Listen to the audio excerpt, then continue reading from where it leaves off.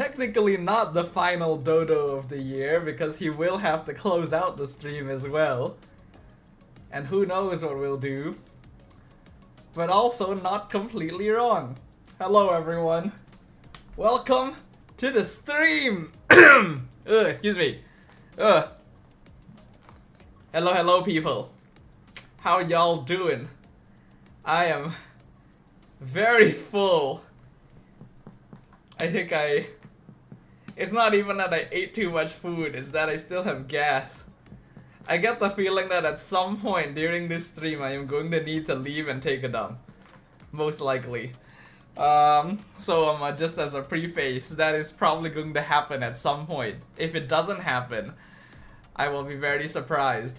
But hello everyone, welcome to the stream. It has been a little while. It's been a week actually because we didn't stream on Thursday.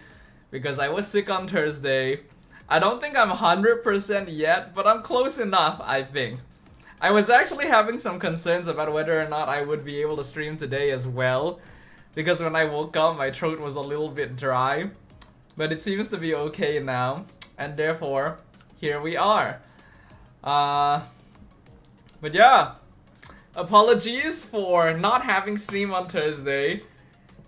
I really just randomly got sick. And then as a result, everyone in my family is now also sick. Which funnily enough is exactly what happened last year around this same time. Except last year we were in Japan. So arguably it's not as bad. Because at least we're at home when we're all getting sick and everything. But if I had a nickel for every time I got sick and then the rest of my family got sick in December, I would have 2 nickels. Which isn't a lot. But it is funny that it's happened twice.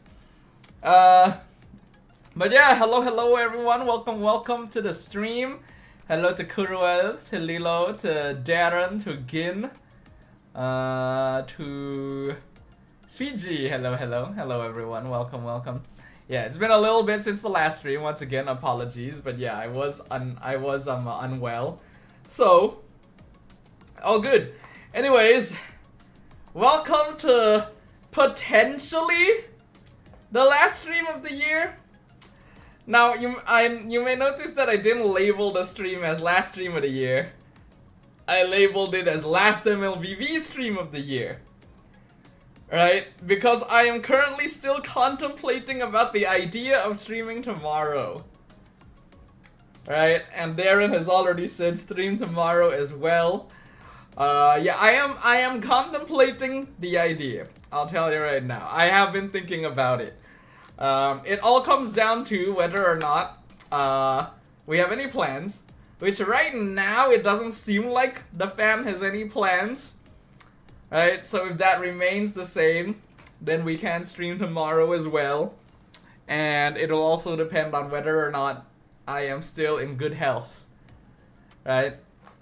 What to do tomorrow, Kuruel asks. Well, if we do stream tomorrow, what I personally want to do is play some ZZZ. Right? I also actually want to watch some stuff with you guys.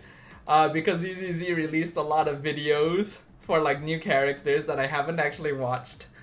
And there's actually some other stuff that I also want to watch with you guys. So that's also an option. And then of course there is the karaoke that you guys have been asking for. Now karaoke especially is going to depend quite heavily on whether or not I am still in good health by tomorrow. Based on how things are going, I don't have any reason to believe... Well, actually, that's a lie.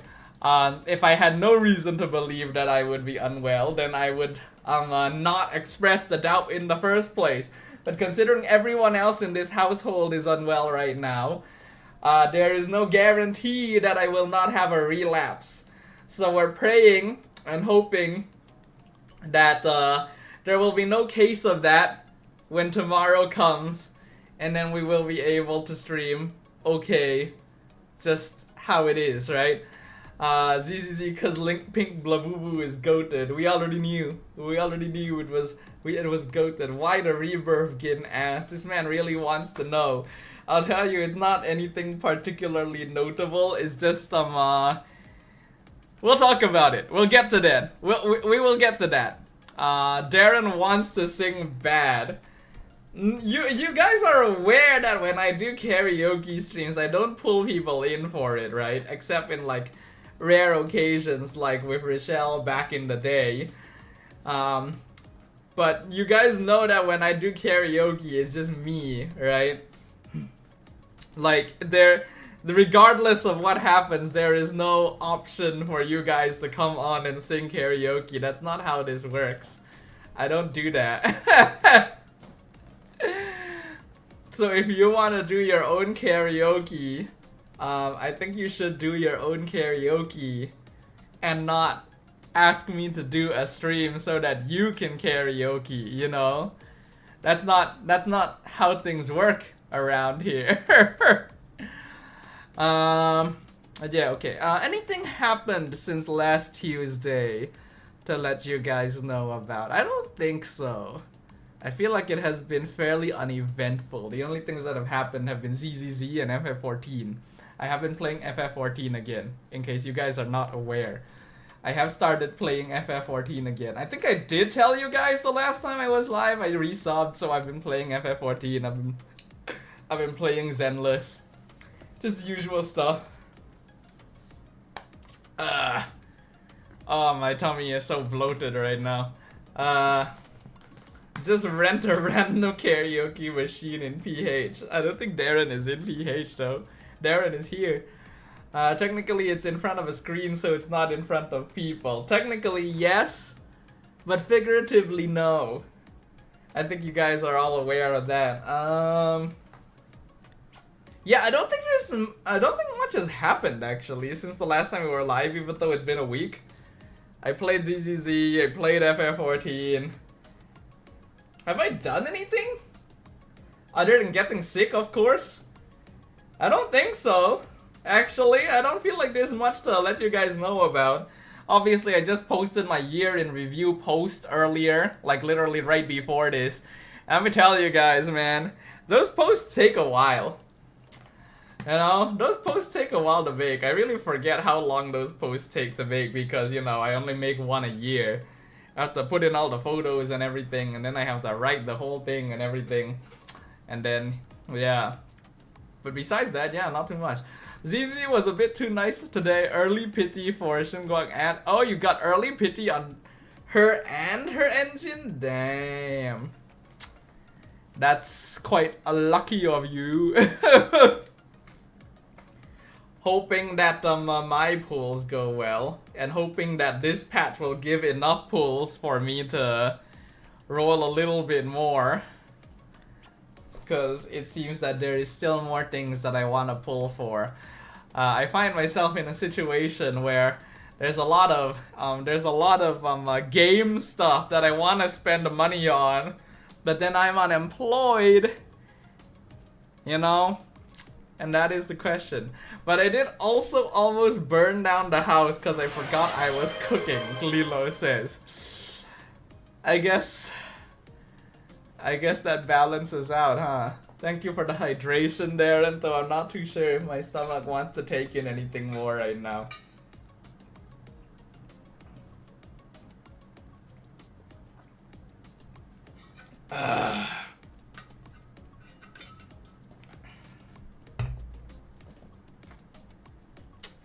What else?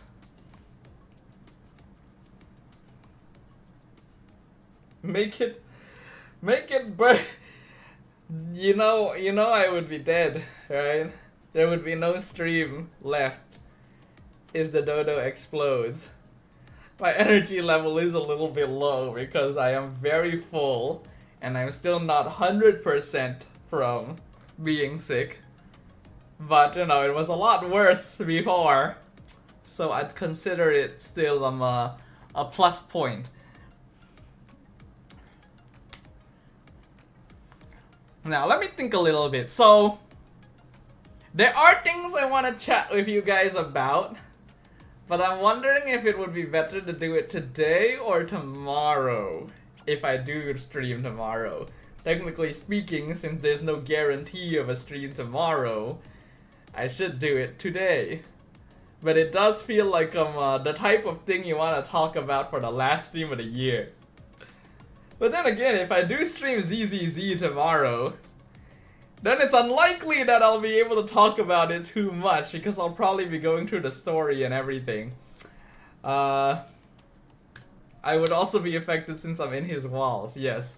If you guys want to make sure that Lilo doesn't get exploded by the dodo exploding, do not, yeah. How many stars until legend? Good question.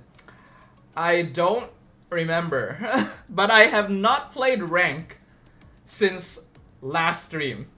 So I have not played rank in a week. I have only been playing Brawl. And the only reason I've been playing Brawl is to try and get coins for the SpongeBob skin. Because I wasn't actively playing when the event first dropped, so I'm a little bit behind on that. At least Patrick was purchasable, so I have Patrick, but I do not have SpongeBob, and that's why I've been logging in to play a little bit of Brawl every day. If I want to talk about the things that I want to talk about. Also, my ping on OBS is a little bit sus. It's actually red right now. I don't know if the stream is still okay. It looks like it's still okay, but just to let you guys know, my ping on OBS is going down at times. So, if anything happens to the stream, then yeah. Hello Pires, welcome, welcome. Hello Wasemo as well. Welcome everyone to the stream today. How's everyone doing?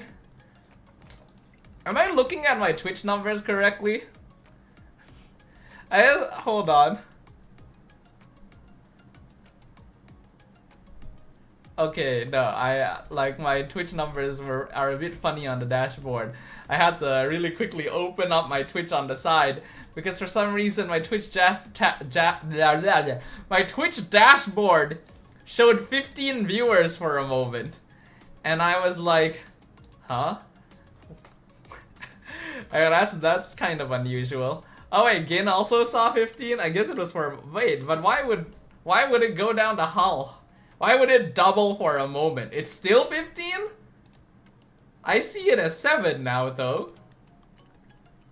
Huh. Why does the audio feel off, Wasemo says? The audio suddenly was gone for a while just now? Is that what happened when my ping dropped? Because just in case anyone didn't hear me when I said that, my OBS ping went to red for a moment. In the past, historically, that has led to my ping, my stream buffering. But in this case, sounds like it might have caused the audio to not go through properly. Let me know if the audio is still like weird or anything. Yeah. Also, hello Niche, welcome to the stream. Okay, so Fiji wants to play, Kuro wants to play, Lilo wants to play. Who was it earlier who wanted to book a slot? Laifu, right? Laifu wanted to play today. He said it was his off day. Where is he?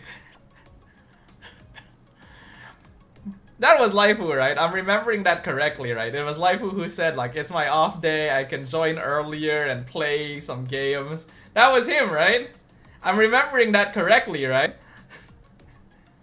Where is he? Wasemo also wants to play. Okay, we definitely have more than the 4 people needed for rank. So we'll figure out how that goes. Lagging Dragon, hello, welcome to the stream. Wanna hear a dark joke? Sure. As long as it's nothing terrible, I guess. I guess everyone wants to play. I mean now. Is the stream okay? Just wondering. Is there any like lagging or is the audio being sus or anything like that? Cause it's red right now. It has been red this entire time.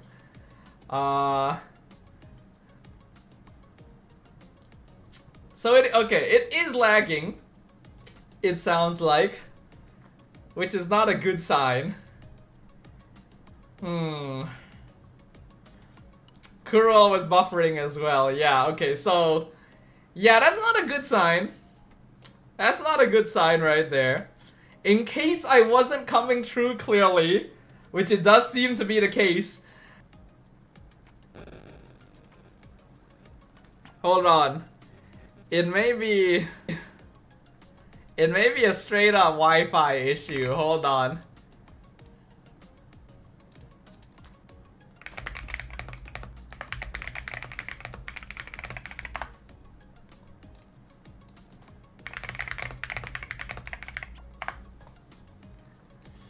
Hold on, people.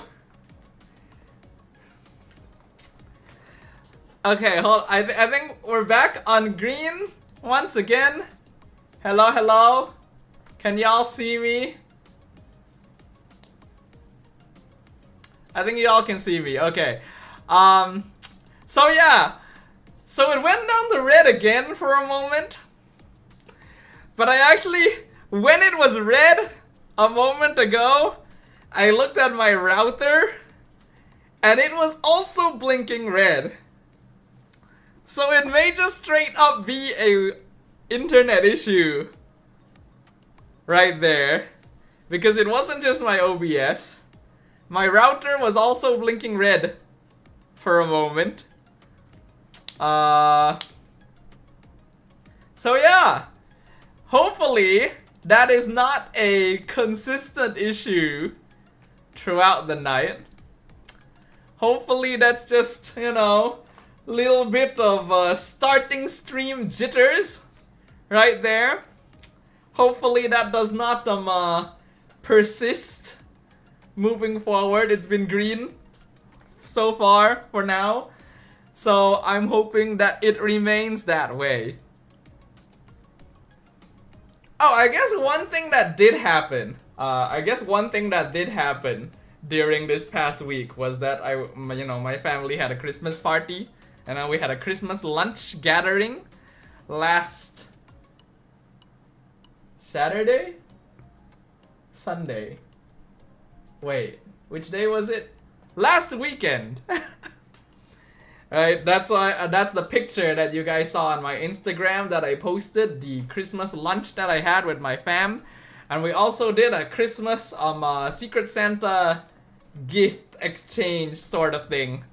I don't have my gift with me right now, but it was basically random. Everyone bought a gift that was around like 10 ringgit.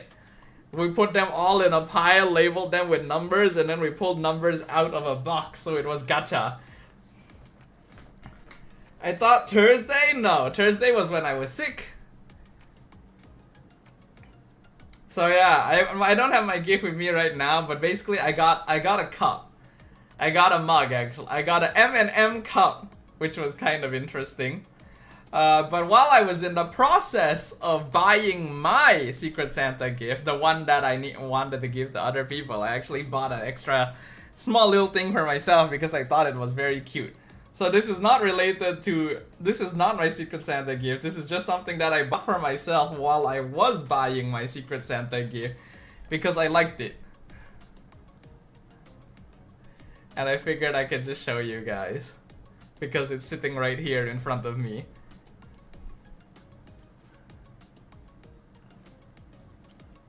My camera doesn't like to focus when I hold things in front of it. It's a Cappy Borgar. Gin is correct. I actually initially wanted to buy this as my Secret Santa gift. I wanted to buy this as like my contribution to the Secret Santa. But then the more I looked at it, the more I was kind of like, you know what, I kind of like this. I kind of want it for myself. So I bought it for myself and bought something else for my Secret Santa gift, which was another little keychain thing. Can I eat it? No. Because I will. But yeah, okay, so it looks like internet has stabilized a little bit, so that's good. Hopefully that stays. That looks cute. It is. It's very cute. That's why I decided to get it for myself instead of giving it to someone else, you know. Hey. Okay. Let's see. Do I want to chat about things today or do I want to chat about things tomorrow? Alright, let me ask you guys. Do you guys want me to chat about some personal things? Some year in review type stuff tonight? Things I've been thinking about, stuff that I've been through this year, stuff that I want to do next year. Or do you guys want to save that for tomorrow because it might be a potential, last stream of the year? You guys are saying yes, but I don't know what yes means. Yes tonight? Or yes tomorrow? If we have too many people, it might be customs. That is a possibility. Gin is not here tomorrow, I see. I guess some of y'all would have plans for New Year's Eve, right? I see, I see.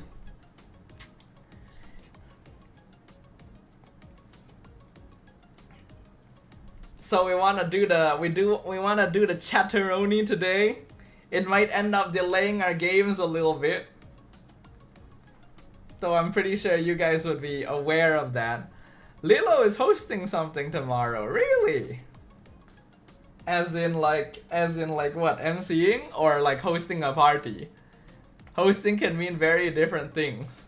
Is it like Gin hosting? Or is it like people are coming to my house hosting?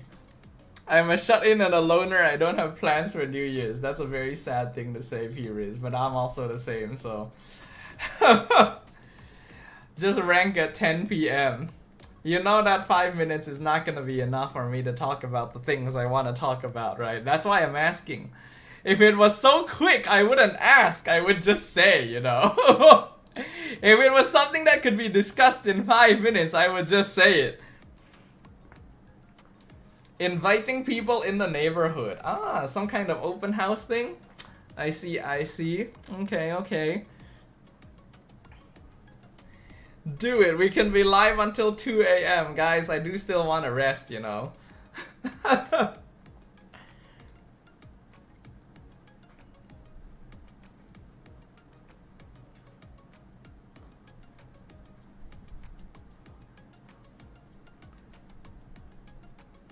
Year's celebration stream tomorrow. I see, I see. So what? We chat today? I let out the things on my chest to let you guys know today or tomorrow. We chat today, Gin says. Gin's very adamant on chatting today. I'm gonna wake up early and start cooking because earlier I was just getting all the ingredients. Ah, okay. Will we have watch party for M7? Judah asks. Yeah, I think so. When does it start? Hold on, let me just check real quick. When does M7 start again? It actually starts pretty soon, right? Ooh, excuse me. We chat. Yes, okay. I guess so. Yeah, it's still so funny that Gin is gonna be at M7 and I'm not. It starts in 3 days. Wow. January 3rd. Very soon then. Alright. Of course, that's gonna be group stage first. So I don't know if we're too interested. It's gonna be wildcard first, actually, thinking about it. Wildcard starts January 3rd. Switch stage starts January 10th. I guess we'll see.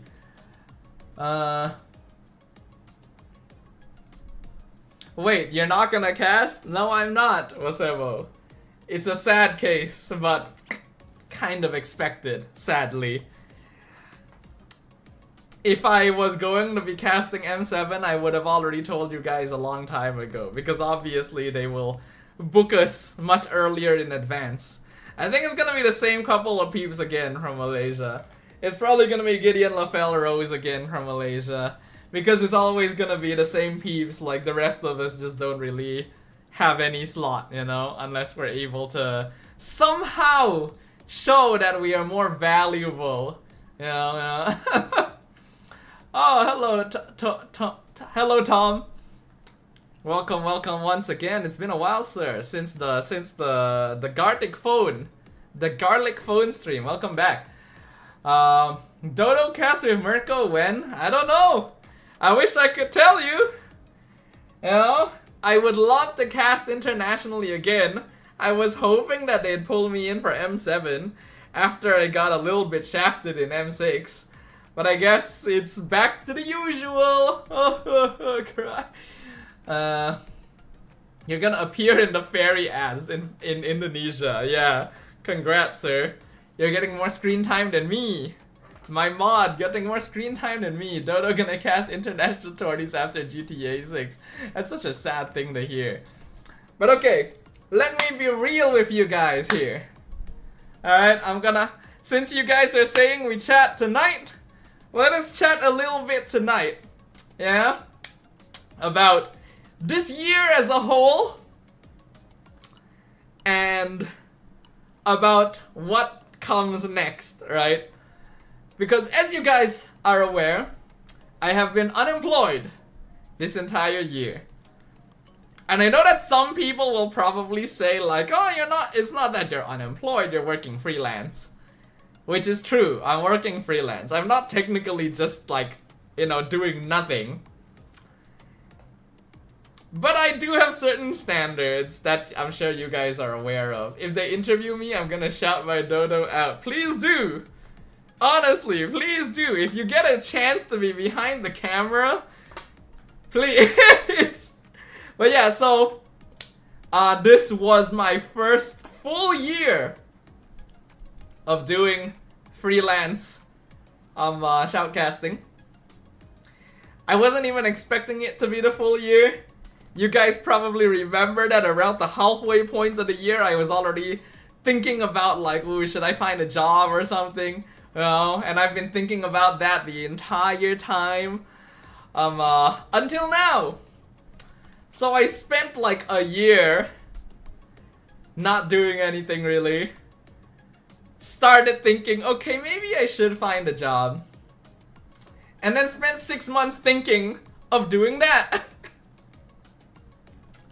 Which, let me tell you, has not been particularly good for my mental health, because it really makes me think like, oh, what am I doing with my life, It's been like a long time coming of Dodo thinking, ooh, what am I doing with my life kind of situation. And you guys are well aware that around the halfway point of this year, that I was not in a good place mentally. Right, this is for the regulars. There's a lot of newer peeps around here that were not aware of this. There's a lot of newer peeps that only started regularly coming by in like the past like 2 or 3 months ish. So for those newer peeps, you're not aware of this. But for the older peeps, I'm sure you guys remember that around the halfway point of this year, I was not doing well. Right? I basically had rant sessions almost every stream. I'm sure you guys remember this. I basically had like, what's the word? Just let everything out kind of streams. Like, multiple times in a row. Depressy streams. Yes, Kuruel is correct. We had a lot of depressy streams in the midway point of the year. Because I was just not in a good place, mentally speaking, right? Give me dates I want to go watch. I don't remember, man. Just like around the half, I'd say maybe like July, August-ish. July, August, September-ish kind of situation. But it was, yeah, I was not in a very good place emotionally. And I used you guys as therapy a little bit even. Which I'm very appreciative of, by the way. I honestly appreciated a lot that you guys were willing to like hear me out and get very real. Even though you guys should be coming here to watch like an entertaining stream, it ended up being like emotional rant streams multiple times in a row. So I do appreciate that a lot, and I am very sorry. that you guys had to go through that. Especially considering that almost everyone here is younger than me. Especially since, like, I think every single person in the chat is younger than me. And I was basically, like, using y'all as therapy. Not a good look. Rant session after rank was fun. Yeah, back in the day when we would end our rank session at midnight and then just chat for an hour, right? That was the old style. Nowadays, we just play all the way through. That's why the Dodo podcast became true earlier this year. Yeah, basically, right? But as you guys are aware, more recently, things have been better. I owe that largely to attending counseling. Like, I've been attending counseling basically the entire year. But I think it really started kicking in a little later in. Like, you know, in the past 3 or 4 months-ish. I think counseling really helped a lot. Technically, I did go to therapy. It's not really therapy, it's counseling, but it's close enough. I think it technically falls under the umbrella of things. And it allowed me to really think things through and realize, like, okay, you know. I don't think I ever actually updated you guys on, like, what was the switch in thought process that allowed me to you know, switch around a little bit more. If you guys recall, my main concerns when I was having those depressy episodes was basically what's the future gonna look like, right? That was the main concern because I was unemployed. Casting was doing alright. It was, you know, keeping me afloat, but it wasn't stable. And yet, I didn't really feel like I wanted to go back to work because I just did not enjoy it, you know, all those typical issues. And then it made me very stressed about, like, oh, what do I do, you know? Like, what do I need to do? I didn't have any clue of what the future was going to look like and everything, so I was just stressed, I was depressed. I was, like, trying to figure out, oh, should I try switching industry? Should I learn new skills or that sort of thing, you know? Do I have to give up on casting, or do I have to, like, commit harder into content creation? But in the first place, I'm not that hardworking of a person, you know? So all of that conglomerated together and stewed within the recesses of my mind for a very long time, which did not result in a very good place, right? Not to mention,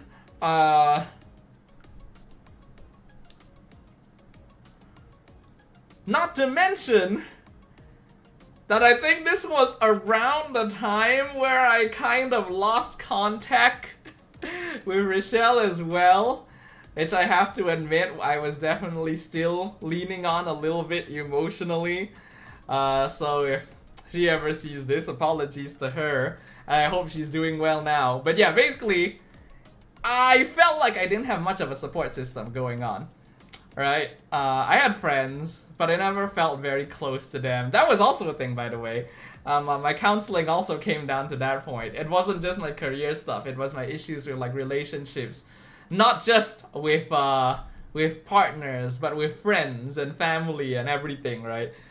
So, I went through a lot. Let's just say that.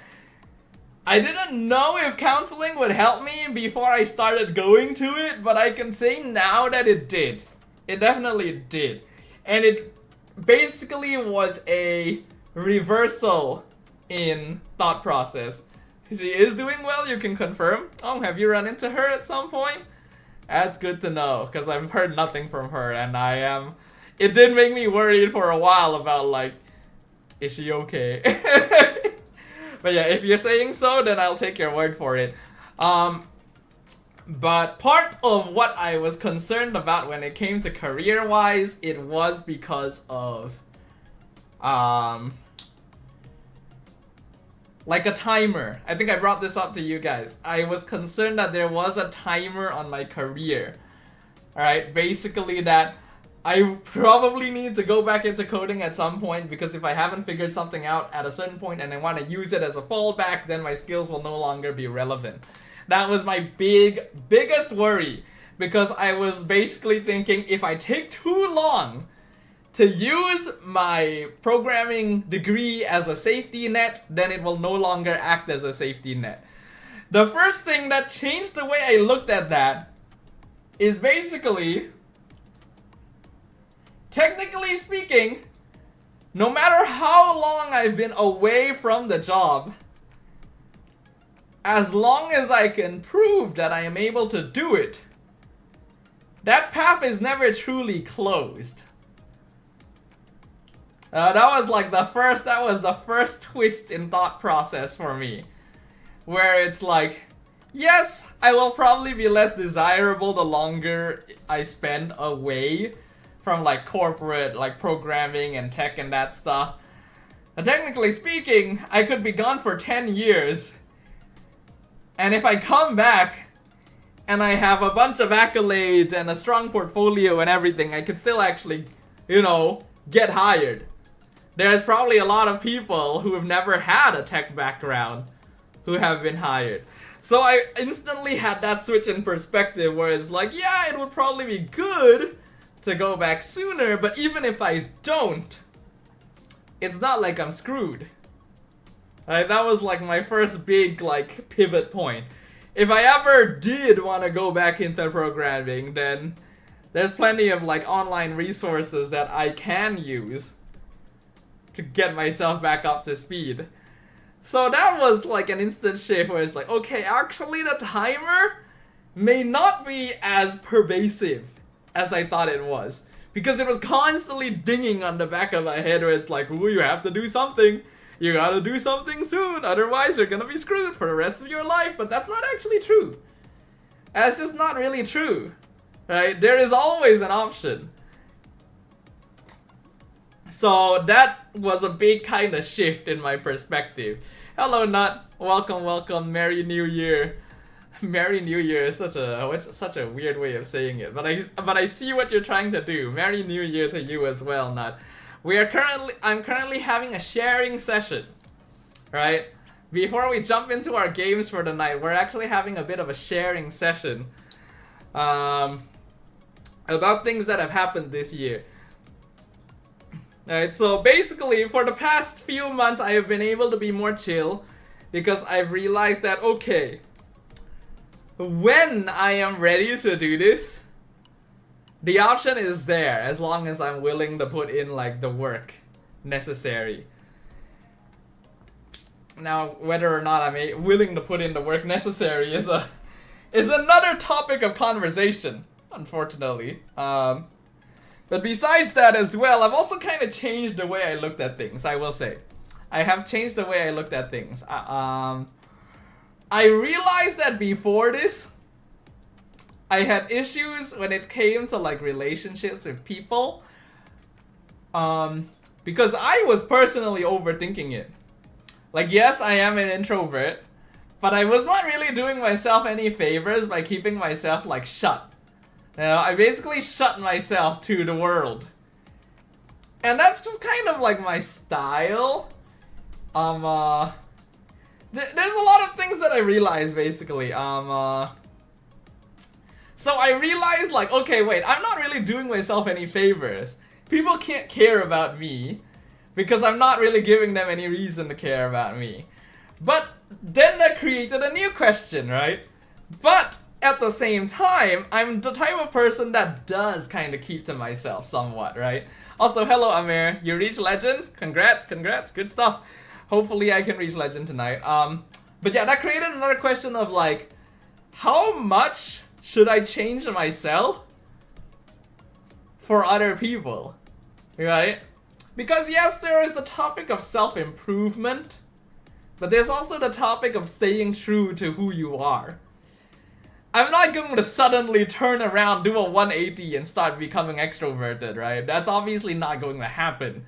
Yes, it would make me more of a more social, but is that what I really want, Like, I want closer relationships, but do I want to be some kind of social butterfly? The answer is no, not really. Because in the end, I do keep to myself most of the time. But basically, it just I settle on a compromise. Where it's like, I will be more aware of other people, and I will treat every interaction as open and as general as possible, and see where it goes from there. You know? I do still, and I realize that, like, I do actually have more friends than I think.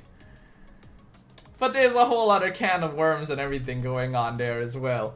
Did I watch Innocent's backstory? I did not. Eventful year for you personally? Emotionally, I would say yes. Because you're also newer around here. You're also not aware that I had an entire depressy arc. I think I had an entire depression arc going on around the midway point of this year. Right? Any of the older Ps, including Lilo, can tell you that I was not in a good place, like emotionally speaking, for a few months in the middle of the year. Like, shit was just not good.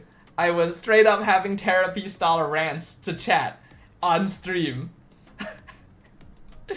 Not good. So now I'm just like telling people what happened since then, right? So yeah, basically went to counseling, chatted about a lot of stuff, opened my eyes to a lot of things. And now I feel like I'm in a place where I better understand myself. I'm more aware of who I am as a person, of what I am capable of, and what I'm not. Alright? And being willing to give myself some slack. Cause counseling made me realize just how much I was judging myself. Right? Like, I was holding myself to like a standard that was impossible to reach in certain ways. And that was just not good. But I am not completely in a good place yet. Alright, so emotionally I figured out, I've put myself in a better position where I can understand my emotions and my thought process. But there are still things that need to be done. And that is the main focus of what I want to talk about here. What I am going to do next year. AKA in a couple days. So, the impetus. Alright, the impetus for this. By the way, thank you for the congrats, everyone. Thank you, thank you. It was confusing at the time because your standard would just keep rising after you hit them. Yeah, it was a lot. It was a lot. But yes, so recently I've been playing ZZZ. I've been playing FF14. Part of one of the results, I will say, of me being a little looser with myself after counseling is that my inhibitions for spending money on game stuff have reduced. I'm sure you guys can notice this as well. I think you guys can probably tell that my hesitance for spending money on microtransactions has also dropped a little bit as a result of me being a little looser with myself in general. Right? Like, I'm a little bit more willing to spend money on stuff. And so because of that, I've spent, you know, more money on ZZZ than I did on like Star Rail. Or I've spent about as much as I did in Genshin after playing it for a year or something like that. Besides that, there's things that I want to buy in FF14. There's things I want to buy here. Things I want to buy there. And so as a result, I have realized that I need money. Alright? Obviously, I need money to buy the things that I enjoy. And just because I've learned to be a little bit more understanding of myself emotionally does not mean that I have managed to deal with the situation where what happens in the future, right? The question of the future still remains question mark. Yes, I am not as stressed about what's going to happen, But it doesn't change the fact that I do need to decide on what comes next. Right? I basically chilled for a year and a half at this point, doing freelance, being generally unemployed, wasting away at home, playing video games. And so what comes next, right? What do I need to do in order to put myself on a path where my future feels more certain and I can maybe afford to spend a little bit more money on the things I like? So firstly, a terrible work ethic. I think you guys can probably guess this as well. You guys can probably guess this one as well. I had a terrible work ethic. In fact, I probably still have a pretty terrible work ethic. But part of it was because I also just went into work already thinking that I didn't want to be there. Right? I was not doing myself any favors because I was waking up irritated and depressed every single day. And yes, working is not fun. But you know what makes it even worse? Just straight up having a negative mindset before I've even started. Right? So part of me, I definitely admit that I didn't give work a proper shot and I didn't look at it the correct way. I've thought about a lot of things. I've thought about the concept of remaining freelance. I've thought about the concept of even going into things like sales because it has to do with speaking. I actually talked to someone who does sales and asked them how the process is. And after chatting with them, I realized like, maybe that's not really for me, right?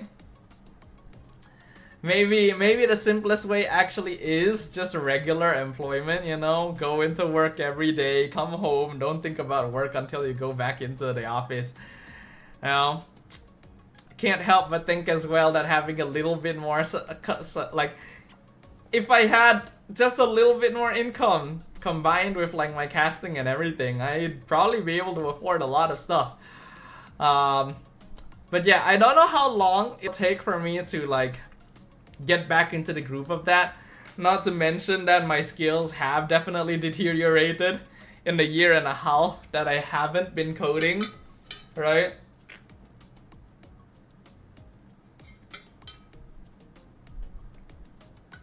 So I don't really know for now when I do intend to jump back into corporate life. But let's just say it's something that I have been building up mentally towards doing. Right? Like, like now that I actually have time to think about things without getting too stressed out about it, I have been slowly building up like the courage and the mental preparation to jump back into like full-time work maybe. Now, that's the boring part. Now comes the part that you guys might like a little more. It is not just full-time work that I have been thinking about. Because obviously, I do want to advance in my casting career more as well.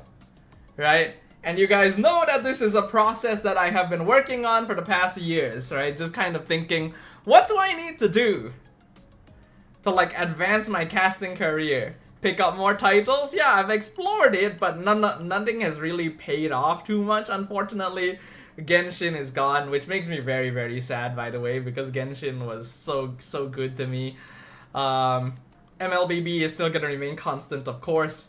I've thought about branching into Free Fire, but it's hard to say if they actually do need new people. And then beyond that, you don't really have a lot of other options, right? Unless you jump into things like PUBG, which I just don't play. Hoping that Magic Chess takes off, but so far it doesn't really seem to have the best viewership, so it's really hard to say on that regard. So, in that case, the best thing to do would just to be continuing to push my content, right? Continuing to make sure that I have a proper social media presence and everything like that, which I have been doing. You know, I'm sure you guys can see that I have been trying to be more active this year when it comes to posting YouTube videos, streaming more regularly, putting up infographics and stuff like that. Hello Ray, welcome to the stream. We're talking about some stuff right now. But here is something that I have been thinking of doing. Oh, what's that? Did someone just subscribe? Jason just resubscribed. Thank you, Jason. Thank you for the subscription. Hello, hello, sir. Thank you. Much appreciated. Very grateful for the sub. Alright, where was I? Yeah, so here is something that I have been thinking of doing that I have not told you guys before. Actually, maybe I brought up the concept of it a long time ago. But here, like now I am bringing it up as a genuine thought that I've been considering. No, not karaoke. Though, of course, we are thinking of doing that. But that's not what I mean. I mean a long-term commitment. I have been thinking about trying to push YouTube harder. As you guys know, I've been streaming on YouTube, and I will sometimes clip stuff out to post on YouTube. But that's very infrequent, as you guys are aware of. Alright, as you guys are aware, that's typically quite infrequent. My editing is very, like it takes a while for me to put stuff out. But I actually want to try doing a pivot. I don't know YouTube as a career. I'm not thinking of like pushing it as a career. I'm thinking of pushing it as a way to get my name out there a little bit more. And to also just try to do something, you know? Basically, here's the gist of it. Here is the gist of it.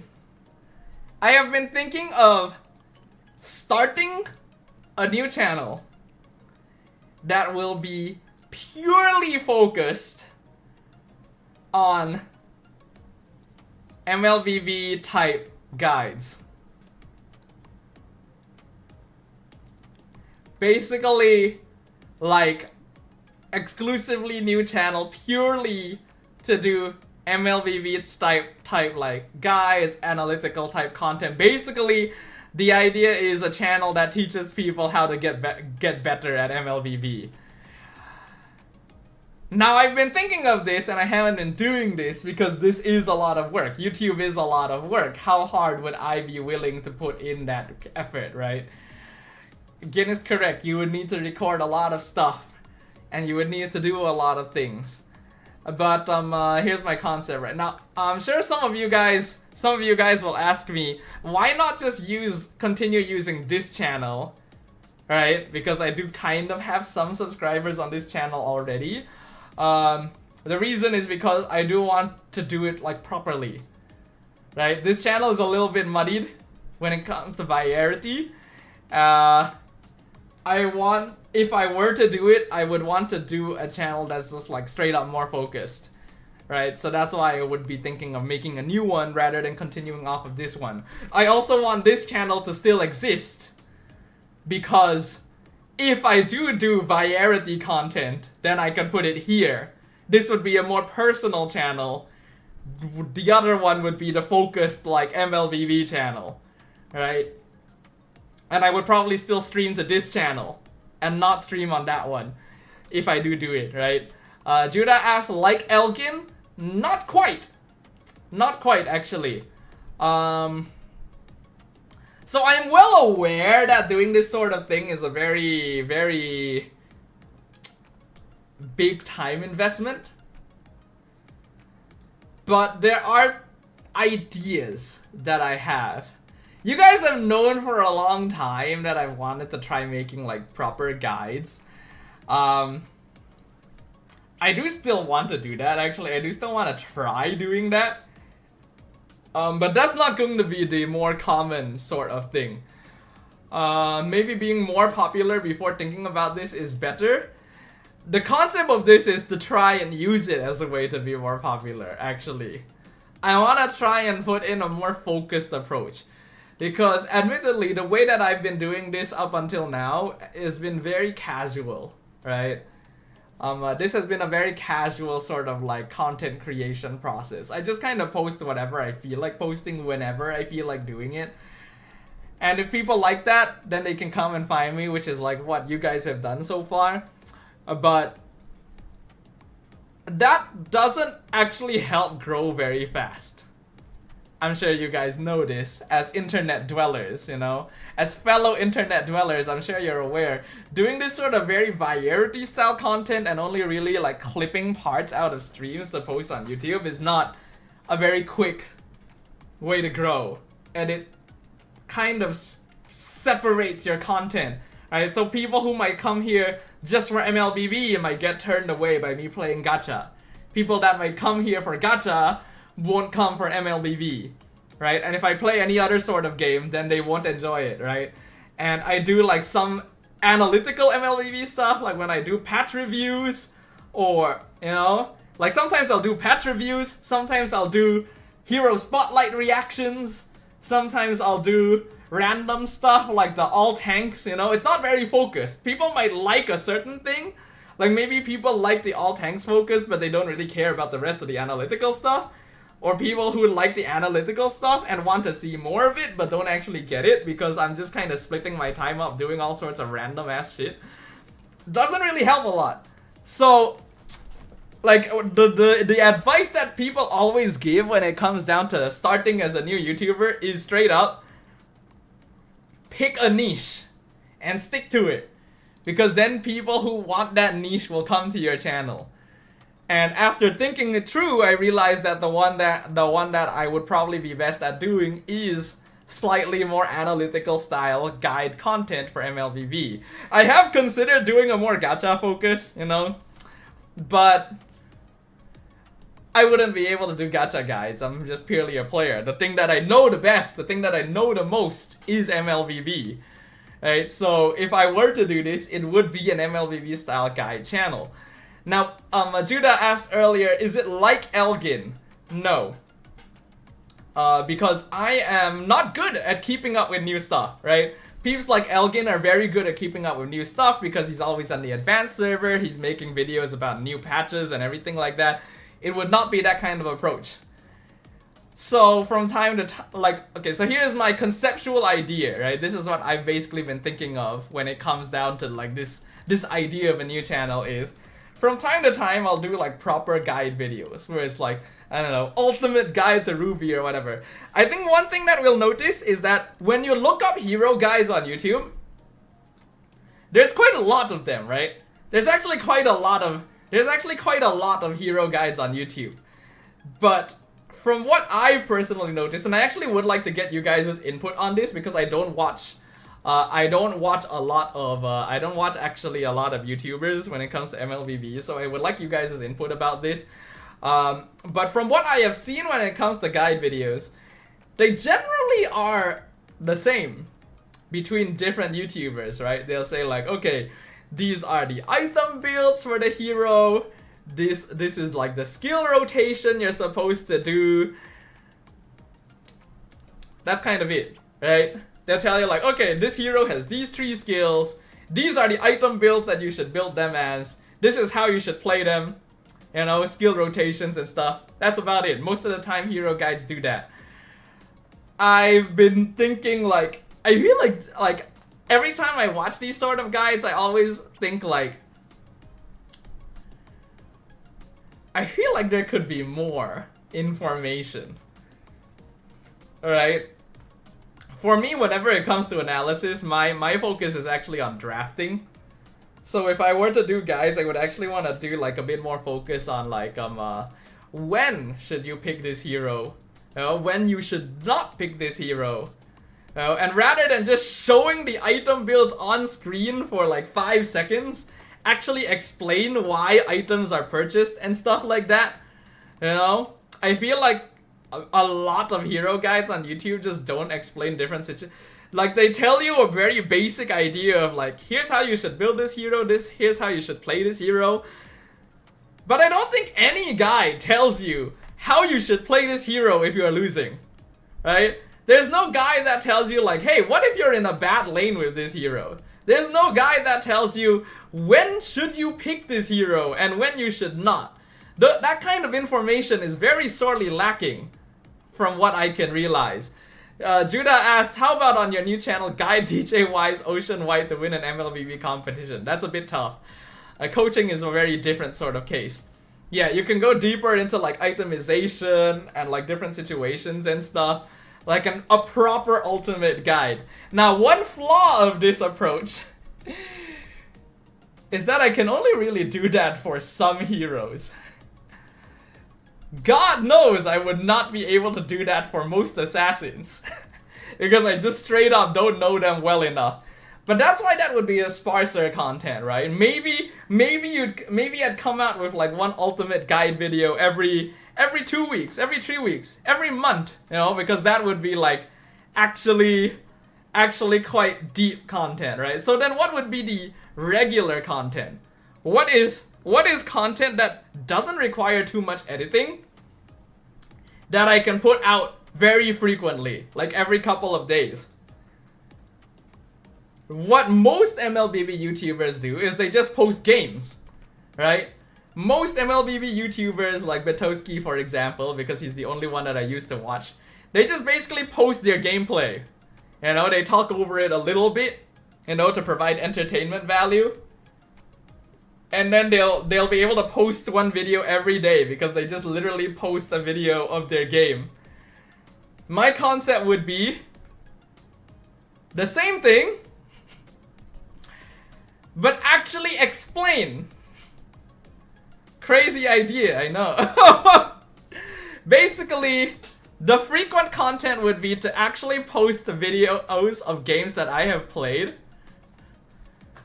but explaining the decisions and the thought process in every step, including the draft.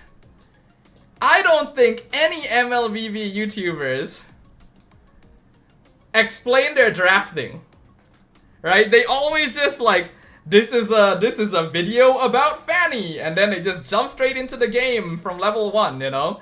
It's like, no one ever explains, like, why did I pick this hero? Why was this hero good?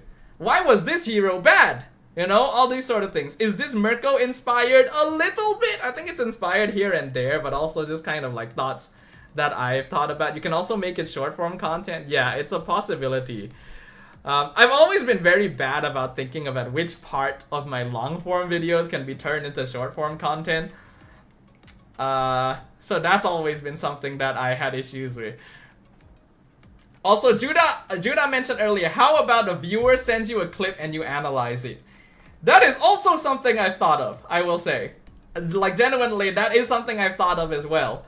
Like, just having viewers send in like games or clips for me to analyze. That sort of thing. That is exactly like Elgin though. Does Elgin do game analysis? No, doesn't he just do... Actually, I don't... Thinking about it, I only know Elgin for like his patch, like his patch update type videos. I don't actually know what other types of videos he normally does. I can only say that does mean Dodo needs to play more games. Yeah, that is one of the things. Dodo, if you're gonna make a Leslie guide, add the cancel ult as a massively important skill combo. Yeah, that's also kind of an issue. If I want to actually try and make proper guides for like heroes, I would need to know those heroes very well. And I only really know like so many heroes. So who knows? Only Mirko is known for MPL analysis, yeah. But I don't really mean MPL analysis, I just mean like straight up like pub analysis. I could do MPL analysis as well. That would probably be easier, but I'm sure people would look at it and say that Mirko already does this, you know? Like, that is his niche. Kind of. I did say you can ask us for scripts for said heroes. True, true. That is an option. Ventings is known for draft rotations or how TLPH is the strongest team, but his content is for PH audience. Aha. Dodo Kagura guide? Don't, you'll get eaten alive if you get anything wrong.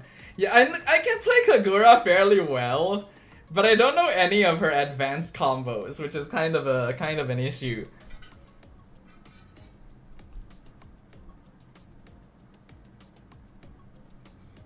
But yeah, basically this is something that I have been thinking of doing.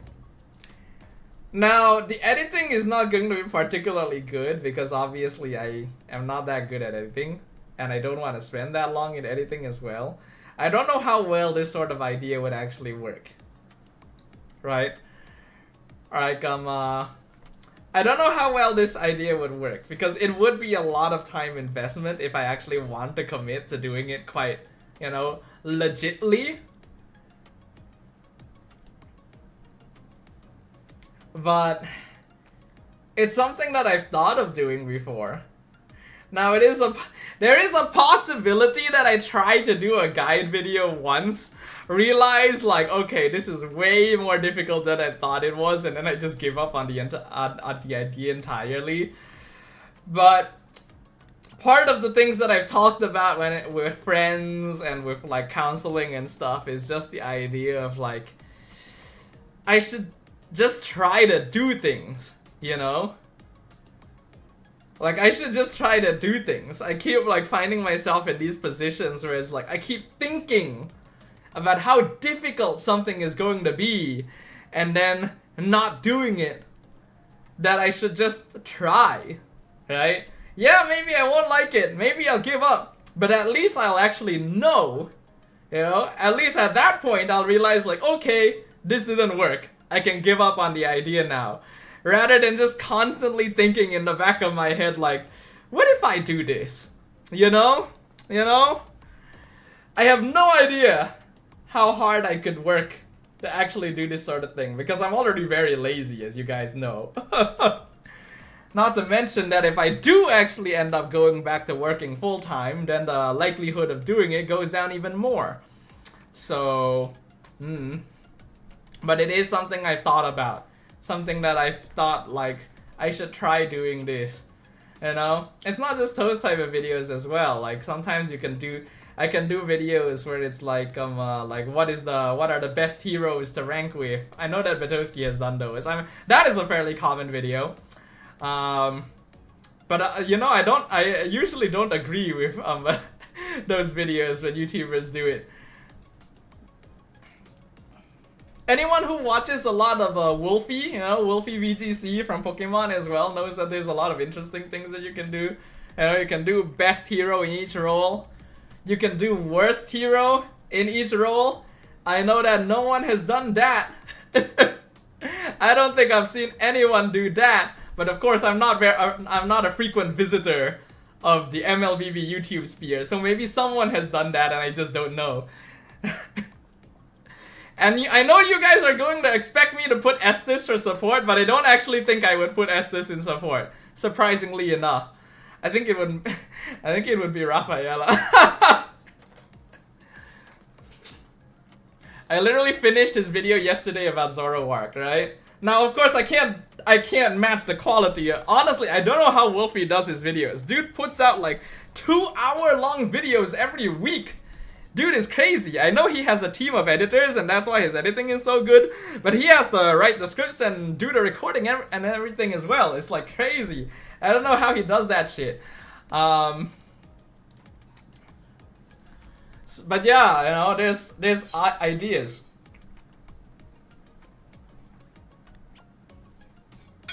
The reason we hate Estes is not because he sucks, it's because he's dumb. Yes! That is correct! You understand me, Lilo. Yes. You guys all understand me at this point. We all share in our hatred of Estes at this stage. And animator is ready. Yeah, he has animators and everything too. So, yeah, he records like 3 videos a day. It's hard work, definitely. It is hard work. Yeah, Jero, I know you love Estes. Wasemo also loves Estes. We have a few Estes lovers, surprisingly, in the chat. You're looking at one of the biggest known Estes haters in the world of Mlbb, and we've got a couple of Estes lovers in the chat. You can do heroes that are not being used in Pro Scene and why it's bad. Ooh! You know what? That's a good idea, actually. That is a good idea, you know? Because there's so many people out there who are constantly like asking, oh, why isn't my favorite hero being used in pro play? You know, he's strong. You know, my favorite hero is so good in pubs. I am on a 10-game win streak in pubs. It's strong. And they just don't understand it when we say like, no, the hero is not good objectively. It can work in pubs, but not in pro play. Honestly, it's a good idea.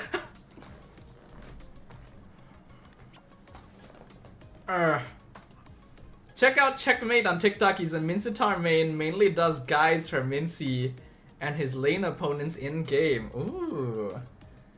Yeah, I should probably get some ideas about how people do it. You know what? I'm gonna look up that guy right now. Just to see how like an MLBB, how a proper MLBB TikToker does the stuff. What is it? Checkmate, is it? Checkmate ML. Oh, literally the first suggestion when I type in Checkmate is Checkmate Mincitar. So man is clearly known. Yeah, I see him. Let me see. How do people do it? He loves his Vinci. It does look like he does videos for other heroes as well.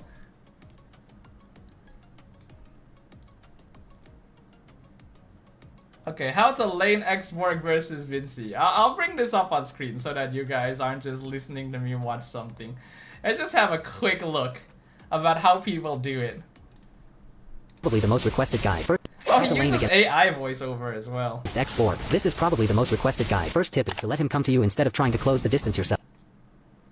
These animated things with the heroes, I don't know how people do that actually.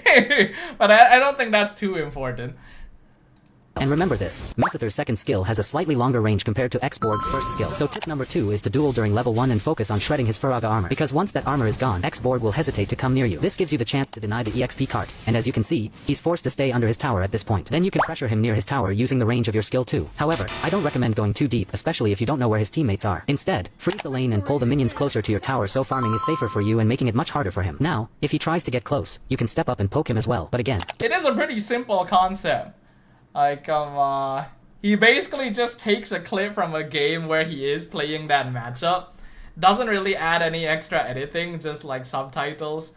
It is AI, so it's not the most, you know, yeah, AI is a bit of a turnoff, but the content does work. His teammates, especially their jungler. Okay, so he does add stuff like this, it looks like. He adds heroes onto the top, which is a good use of screen real estate. Could rotate at any moment. And as an EXP laner, you need to balance playing aggressive with playing safe. Then I told my brother to provide vision for me, because I'm looking... My brother? Okay, I mean, sure. Did that just go up to 21? That wasn't that high before. What? When did it go to number 21? For the right opening to catch the enemies off guard. And as you can see, our positioning should always be from behind, patiently. This isn't even laning anymore. This is no wonder it's number 21. This is part of a longer video. Okay, interesting. Waiting for the right moment to strike. But my sister is way too impatient here. What the heck is he talking about? His brother and sister. Okay. Kind of strange, but I get the concept. I get the concept. So basically only half the video is actually about how to lane against Xborg. But you can see, like, even though Ray says, like, yeah, no skip, you can see that the viewership is very high. That's actually his lowest view video, 10K right there. Maybe I should look for, like, the higher view counts, right? Here's one for Sora. Let's see if the content is better on the higher view counts. Here are 3 quick tips for Sora. Tip number 1. Don't go full damage build. You see, Sora is a hero that needs to dive into enemies to set up plays and land his skills, and you can't do that if you're squishy. Also, keep in mind that unlike Wanwan's crossbow of Tang, Sora can still... So yeah, it is basically just gameplay footage in the center from various games. He sometimes puts in, like, heroes on top when he's talking about them. Subtitles. Take damage while he's in his ultimate. But the main reason full damage is bad is because Sora's Thunder form converts HP into damage, while Torrent form converts damage into HP, and full damage doesn't maximize either. So with that being said, a hybrid build is best for Sora. He needs a balance of physical attack, HP, movement speed, and cooldown reduction to maximize his full potential. And take note, when you enter Thunder form, only a portion of your HP will be temporarily converted into physical attack, which means the remaining stats of items will still be active while in Thunder form. So Sora not only hits harder thanks to the HP to attack conversion, but he also stays tanky since the rest of his item stats are still active. And tip number 2, make sure you aim Sora's ultimate carefully. Don't just press it as soon as it's available, because I've seen a lot of Sora players who miss to land their ultimate properly. And tip number 3, choose the right emblem. I use the fighter emblem with pull yourself together to significantly reduce my battle spell cooldown, and temporal rain as a game changer. This allows you to use skill 1 and skill 2 smoothly right after casting Sora's ultimate. And bonus tip, the double dash trick, perfect for instantly reaching the end. I feel like a lot of this stuff is actually common knowledge. Not completely common knowledge, but as long as you know the game well enough, you kind of know this stuff. The concept is there, yeah. I only ever get him on the off note on my FYP because it's Mlbb and it's about Kagura. I mean, it's a good reference. It's a good reference for letting me kind of know like how people do it. So that is something, I suppose.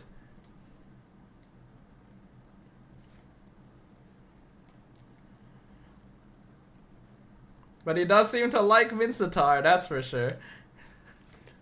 Okay, okay. I mean, it's an idea. It is an idea I want to explore. Yeah, I should try. I should just try, right?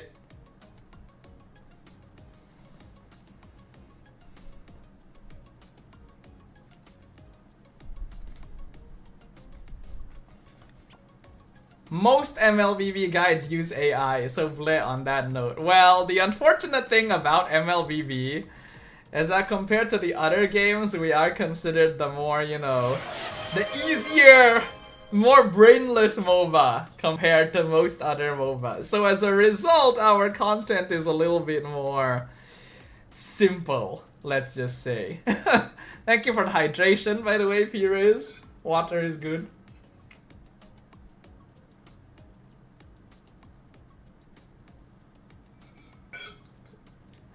If you want to start, you can probably try analyzing M7 matches. True, that is happening soon. The issue is Mirko already does that. And I personally do think that Mirko does a better job of analyzing pro games than me. Especially since he knows more about international teams than me as well.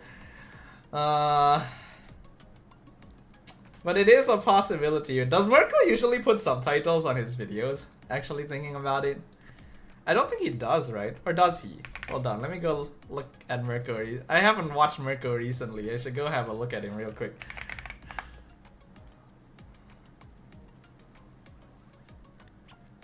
I don't feel like I've seen Mirko do any sort of analysis recently. Oh, he has. No, wait, he actually... Oh, Mirko hasn't posted in 2 months. I guess he only posts when there's actually stuff happening. I'm not counting the team power ranking, of course, because that happened 4 days ago. But before that, he didn't post anything for 2 months. Oh, true. Mirko is going to be casting. That is true.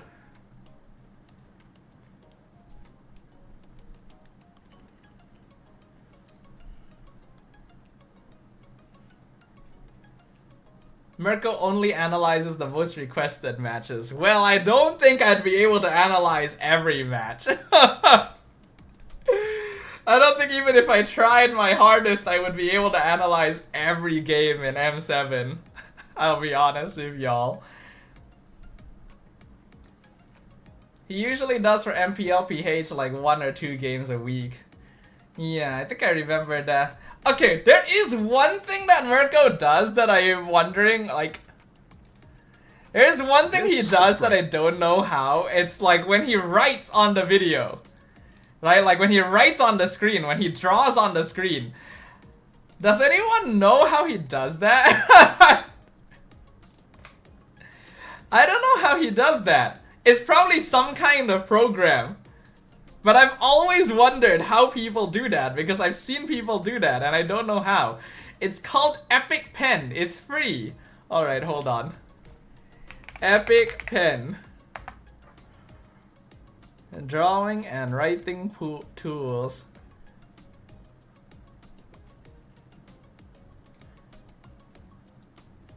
It says there's a free trial. It doesn't look like it's free.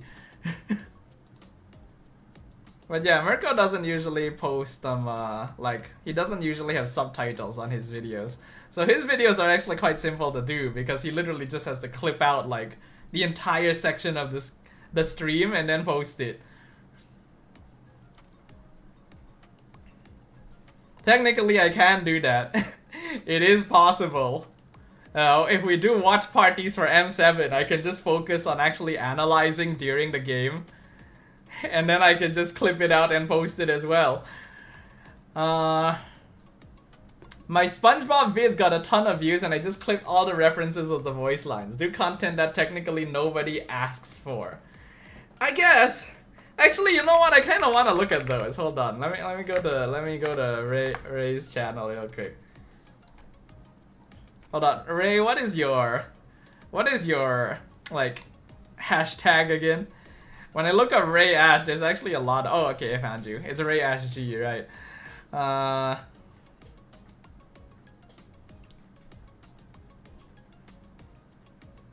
Wait, did you put it on YouTube or TikTok?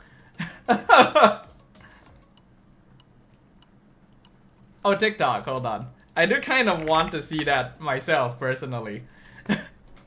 Cause even I don't really remember where all the SpongeBob references come from. And I use them a lot. Damn, 360k. Whoa, the SpongeBob had nearly 1 mil views. That's insane, sir. Damn, how long are these? Can we watch them right now? Out of curiosity, like how long are these?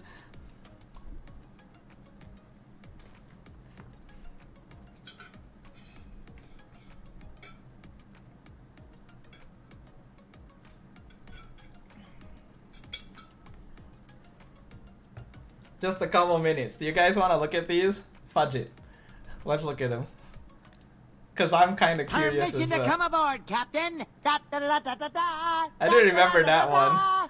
Permission to come aboard, Captain. Da, da, da, da, da, da. Okay, you know what? I did not remember that one. I remembered that wrong.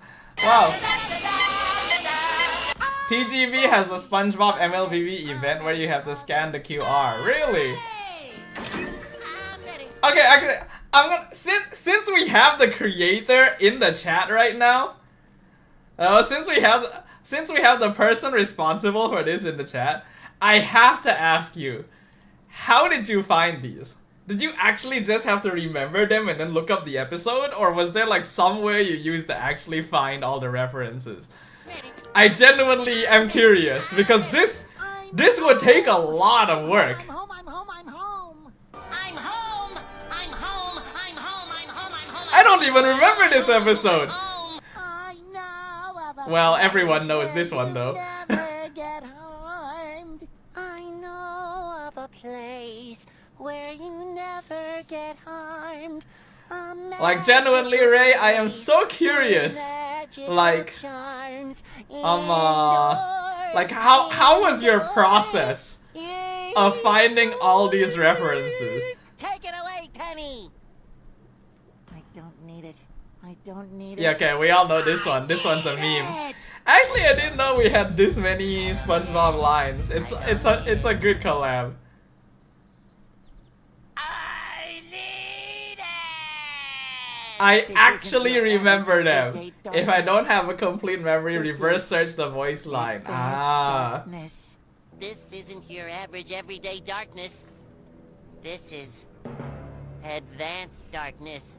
Who lives in a pineapple under the sea? SpongeBob is so good, guys. SpongeBob is still such a... Ketchup, mustard, pickles, onions, lettuce, cheese. In that order. I am a happy nation. In that Alright, everyone remembers the imagination. There it is. The finest eating establishment ever This is such an old episode. Oh my established for god. eating the Krusty Krab. SpongeBob doesn't even sound the same. My god. It's not about winning. It's about fun. Wait, Patrick. You're supposed to let me win, remember? Wait, Pat. Impressive. Good job, sir. Good job. Alright, I think we've been talking long enough. Let's play some MLBB, shall we, friends? I think I've kept you guys waiting long enough with me chatting about all of this stuff. The YouTube thing is something I've been thinking of.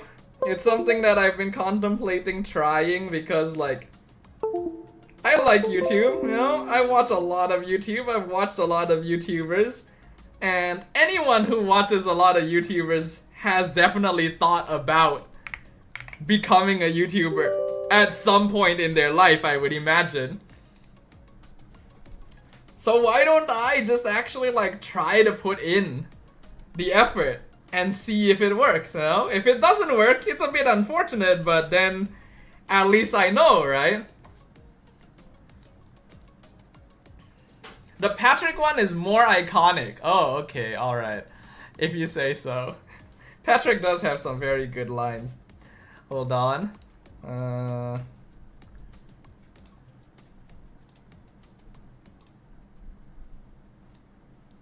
Wouldn't hurt to try. I've done YouTube myself before. Yeah, I remember you mentioning that. Cyclops is wrecking games. Really? But he didn't get buffed, right? I don't think he got buffed. At least not in the recent patch. Huh.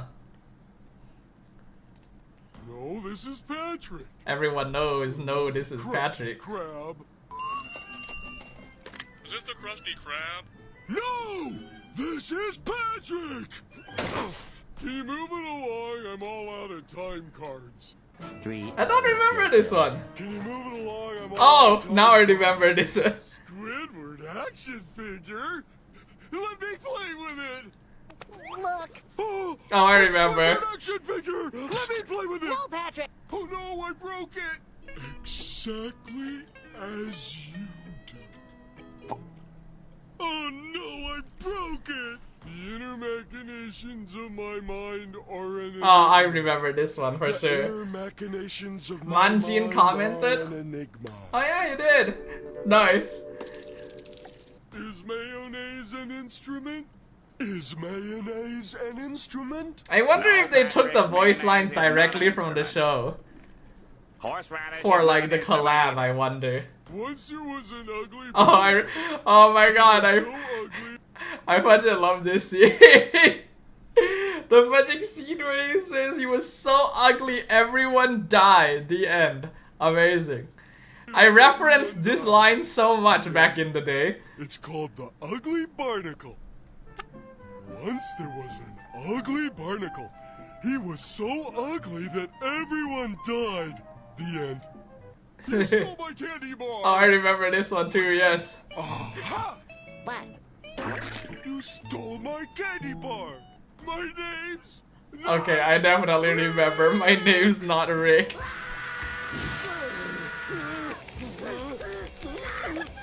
And then this is the episode where Buff Patrick comes from too. not Rick. And here comes a giant fist. Die bomb. Patrick! And there comes a giant fist. Wumbo slam. You know what the Wait, problem is? so many lines come from this? To M for mini, when it should be set to W for Wumbo. Oh, I remember Wumbo. This is personal. Forget the chum bucket. This is personal.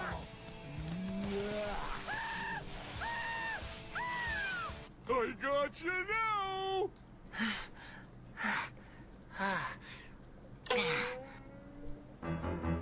I got you now, SpongeBob. Oh my god, wait, this is where that meme comes from. Do I get my award yet? Tartar sauce. Tartar sauce. Jeez, don't get your pants up in a square knot. SpongeBob! This is very good. Excellent. Good job, sir. If Patrick is not Rick, so no, he's not Rick Astley. He is never gonna give you up. Okay, anyway. Wait, Ray says we could only wait for so long. The reference of the ultimate. Oh, did I miss that? Hold on. No, this is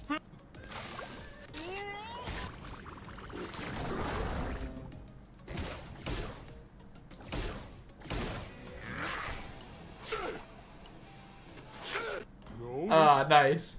Very good. Okay, Jason has redeemed Dodo Cam. Hold on, before we go into Dodo Cam, let me launch my game. Let me go to the bathroom. I will be right back. One moment.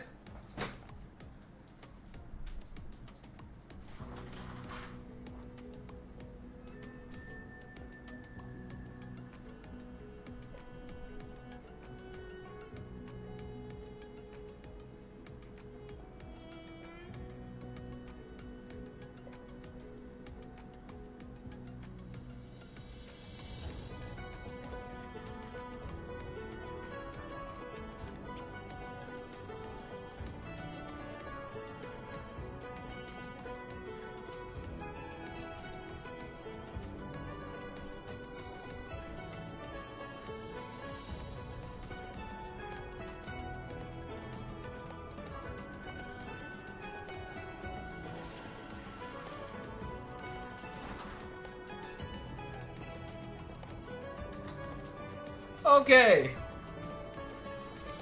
Alright.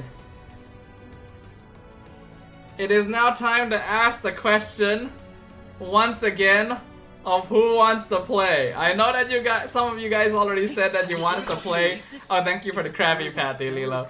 I know some of you guys already said you wanted to play earlier in the stream, but because it has been a while since, you know, earlier in the stream, let me ask again who would like to play, and then we will figure out if we want to do rank or if we need to do custom. Ooh, excuse me. When you're weary and worn, Okay, so just picture an oasis. I know that Lilo and Kuruel wanted to play. Ray says why not. Gin says yes. Darren, Kai, Fiji did reserve a spot very early on. And Wasemo also wants to play. Jace, okay, we might need to custom. If not ranked, then I'm out. I can't play properly alone. I see. Okay, okay. Alright, hold on. How many people do we have? Lilo, Kuruel, Gin, Darren, Kai, Fiji. Ray is optional. And then Wasemo, which is currently 7 people. 8 if Ray joins. Oh, hello, Mr. Fox, Mr. Jachung. We are currently gauging how many people want to play.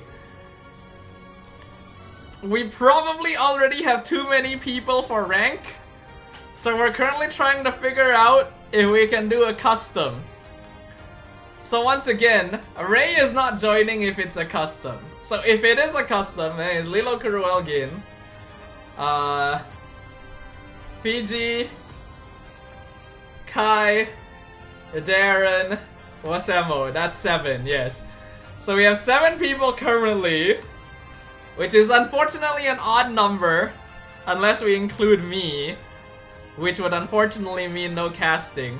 I can join if you're going custom. Okay, Nut would make 8, which means we currently have enough people for a 4v4.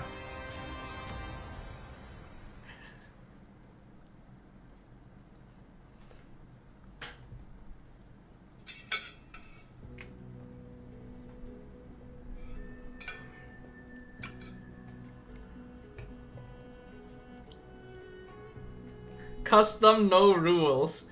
If it's no rules, would it become a bit too intense though, is my question. Alright, hold on. I could open a custom lobby right now, but then it might all... You know what? Let's open a custom classic real quick. And then everyone come on in, and then we can see how this goes. I want Mystic in my team since I invaded his country recently. Since when does anyone call him Mystic? Okay, so Darren. Who else? Kai is logging in. Ray is not joining for custom. Katsuragi Ace was Toast, right? So Toast is not joining. Here's Fiji.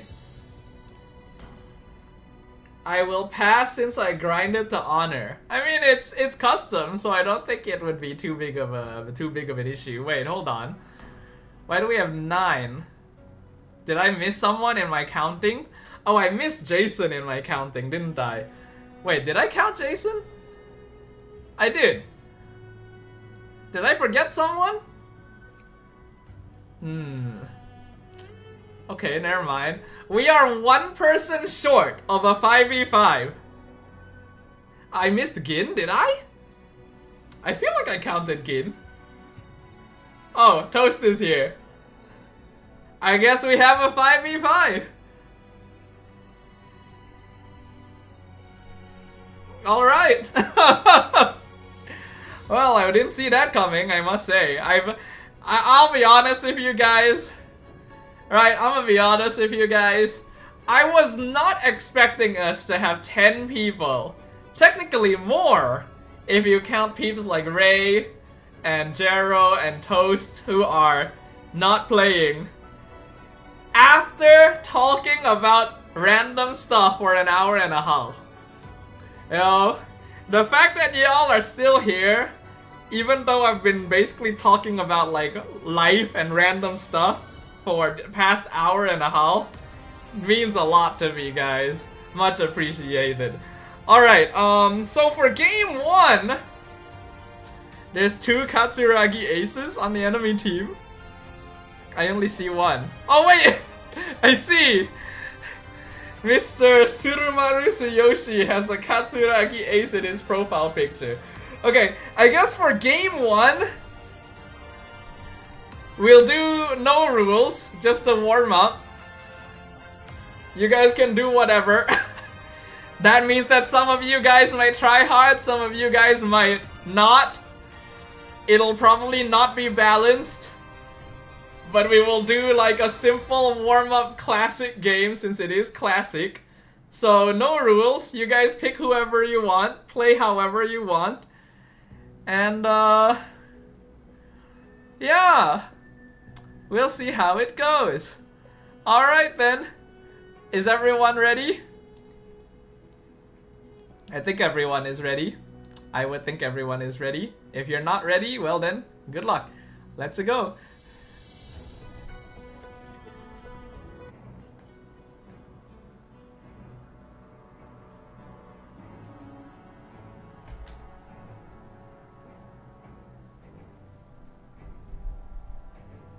Alright, ladies and gentlemen, we are about to jump into a Dodo channel in-house 5v5 custom classic match with no rules, no role restrictions, no special game modes, just regular old Mlbb where anything is possible. That means that some of y'all might play main heroes, some of y'all might play heroes you've never touched before. It is going to be horribly unbalanced regardless, but that is perfectly fine, I'm sure. Oh, me and Gin are in the same team. Okay, it is not fine. Mayday, emergency, emergency.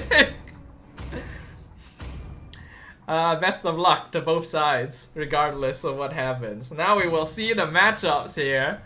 So, on Team 1, we have Mr. Nut, Toast, Kai, Osemo, and Fiji. And then on Team 2, we have Jason, Gin, Kuruel, Lilo, and Darren. And I see that Jason has played Estes. So you know what that means, team number 1. You know what that means. It means that you gotta whack him. By the way, he's Lethal Ignition Estes. So, do with that information what you will. Lilo is actually pulling out Kagura. I imagine that she's probably just gonna be building some kind of weird item build, because if she's playing it seriously, that is very scary. 5 seconds till the enemy Nut reaches asks the battlefield. the other team to have mercy. It is up to them whether they want to accept that or not. But now we can have a look-see. We got Wasemo, who in typical Wasemo fashion is only going to be in the game in another like 20 seconds or so on the jungle Suyo. Not on the Roam Joy? Hold on, what's the item button? No, that's not the item button. This is the item button. No, it is... No, neither of them are Roam. I have no idea. Wait, Cho is Roam. Joy is Gold. It's Gold Joy with Execute. Kai is the Roam Cho with Temporal Rain. Fiji is the Mizusin with Impure Rage. Toast is the EXP lane Martis with the Warcry. Kuruel is playing Granger in the gold lane, which is actually normal. Darren is on the EXP lane Petrify Sun. Lilo is on the Flame Shot mid Kagura. Jason is on the Revitalize Lethal Ignition Estes. And Gin is playing Killing Spree Fanny.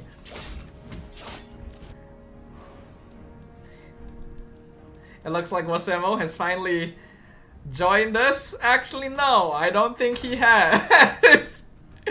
It appears that this is a long-standing issue, Osemo. It's a good thing it's customs, but that also means that your team is a little bit handicapped. If anyone on the red team is willing to make up for it by going AFK, you have the option.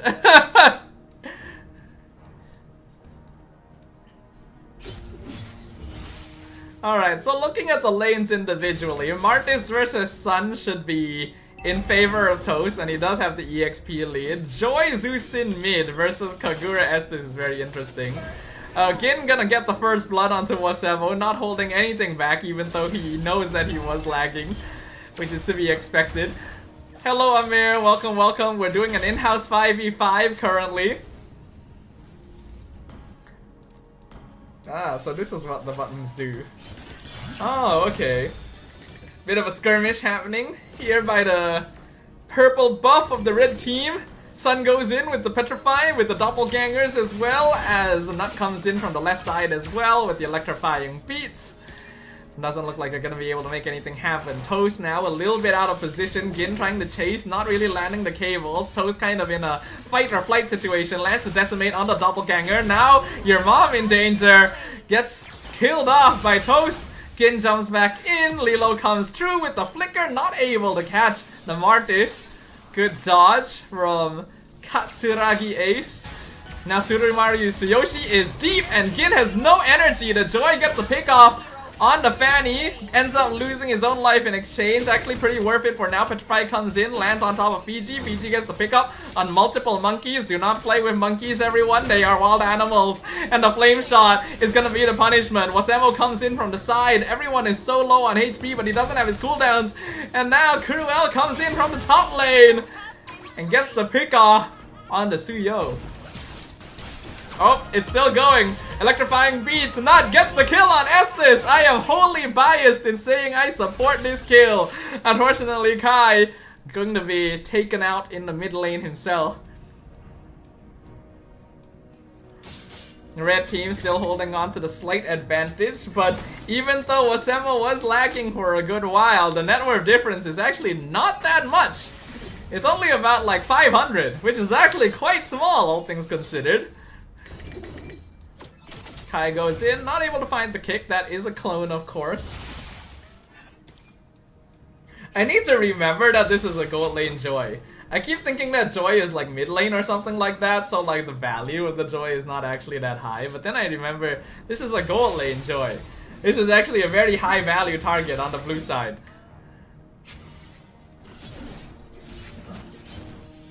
Speaking of the gold lane Joy, not chasing down Lilo in the mid lane.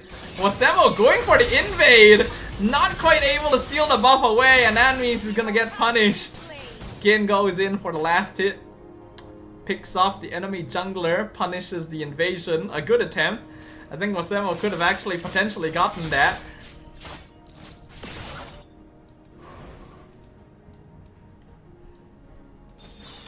Now here comes Gin looking for Fiji, going to spot Kai as well, so probably not a fight he wants to take. Meanwhile in the top lane, the flame shot once again, killing spree for Lilo on the signature Kagura. Jero in the chat saying, let's go Estes team, prove Estes is the best hero. If I had a mod in YouTube chat, I'd ask them to time him out for a minute, but we don't, so he gets away for now. Bit of a skirmish happening in the purple buff. Flicker used by Toast. Darren dropping low. Jumps back with the Doppelganger. Gets healed back up with the Blessing of the Moon Goddess, which is absolute bullshit. Wave the Dragon having to be used defensively to kick Gin away. Looks like blue team will be able to escape, but someone comes in from the side. It's gonna be Surumaru Tsuyoshi trying to zone out the red team.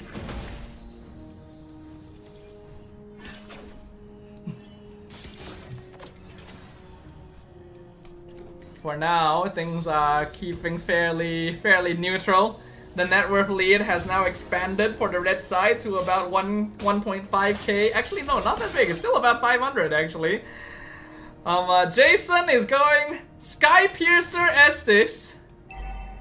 So you already know it's funky business. Petrify lands on Wasemo. He's gonna be targeted down by most of the red team. Actually managing to iframe a lot of it, but he's just being chased down. But now the rest of the blue team comes in from the side. Mortal Coil pushes away the Estes, gets the kill with the Decimate. Ying and Overturn comes out, only does enough damage to drop them low to 10%. Ging comes in, wants to go for the cleanup. Not able to find a Way of the Dragons available. The Decimate comes out. Toast is gonna be taken out by Gin. Fiji now dropping loads of the monkeys, and it's a double kill for Fanny hiding in the bush. Electrifying Beat's gonna find the shutdown onto Lilo, while Kai trying to run away from Kuruel. Another kill goes through. Nut finds the double on your mom. Now trying to run away, but can you run away from the flying Fanny? No, Kuruel with the killing spree. I am going to have spit on my phone screen again after all of this. Turtle being claimed. Can they get it? Kai is here. Toast with the steal and the shutdown. A beautifully timed Way of the Dragon. That's a 2-kill. Shutdown once again onto the Granger. He's looking for another triple kill. For the Martis, Katsuragi Ace is going ham. The monkey tries to run, but it is a maniac for Toast. And he actually survives all of it as well. A massive turnaround for the blue team. Now going for the mid lane push. Lilo in danger. Nut chases her under the tower, forces her back, and they take the tier 1. Oh yeah, I knew you cause of you roasting Gebe's Fanny. I really love the honesty casting. That's where you know me from, Jero? Damn. Wave the dragon onto again. He gets kicked, he gets picked up, he gets healed. Bullshit Estes healing once again. But here comes Katsuragi Ace from behind, doing some good poke damage. Decimate finishes Gin off, and now he's looking for more. Monkey drops low. It's a double kill once again for the Martis. Lilo jumps in with the burst, not able to find anything in return, but the healing is there on the Estes. It's a triple kill. Katsuragi Ace, someone needs to stop this man, because everyone in his way is becoming toast. Which is a pun because he is toast. Haha. Looking at the itemization right now, we got Blade of Heptases for Gin. First items completed on most people. Skypiercer second on Kuruel, farming fairly well, but the richest person on the map right now, undoubtedly the Martis. Kai goes in for the kick. 1v3, actually manages to flicker away. Forces the Revitalize out. Why is Toast toasting everyone here? Your guess is as good as mine, Yun Yun. Your mom realizing there is some toast in the bushes. That is definitely not where toast is supposed to be. It's supposed to be in the kitchen. But now your mom is trying to run away, trying to pump every duplicate that they can. But it's a legendary streak for the Martis. And now the jungle is being invaded. Not in the back line. Kai comes in, gets the knockup. Blue team in a pretty dominating position currently, thanks to the efforts of Katsuragi Ace. His score is literally 10-10, aka 10-1-0, which is insane. Because I know you really want to say it's ass, but you can't, but then you exploded when you missed the cables and emphasized it. Yeah, that was just the point where I gave up on casting entirely. Gin goes down, it's a legendary streak for Katsuragi Ace. Man, I still remember that game when I was casting Gebe's Fanny. Good times, but also bad times. I hope that never happens again.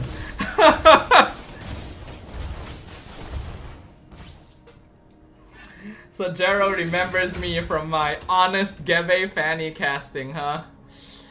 Interesting, interesting. Was anyone else here from the honest Gebe Fanny casting?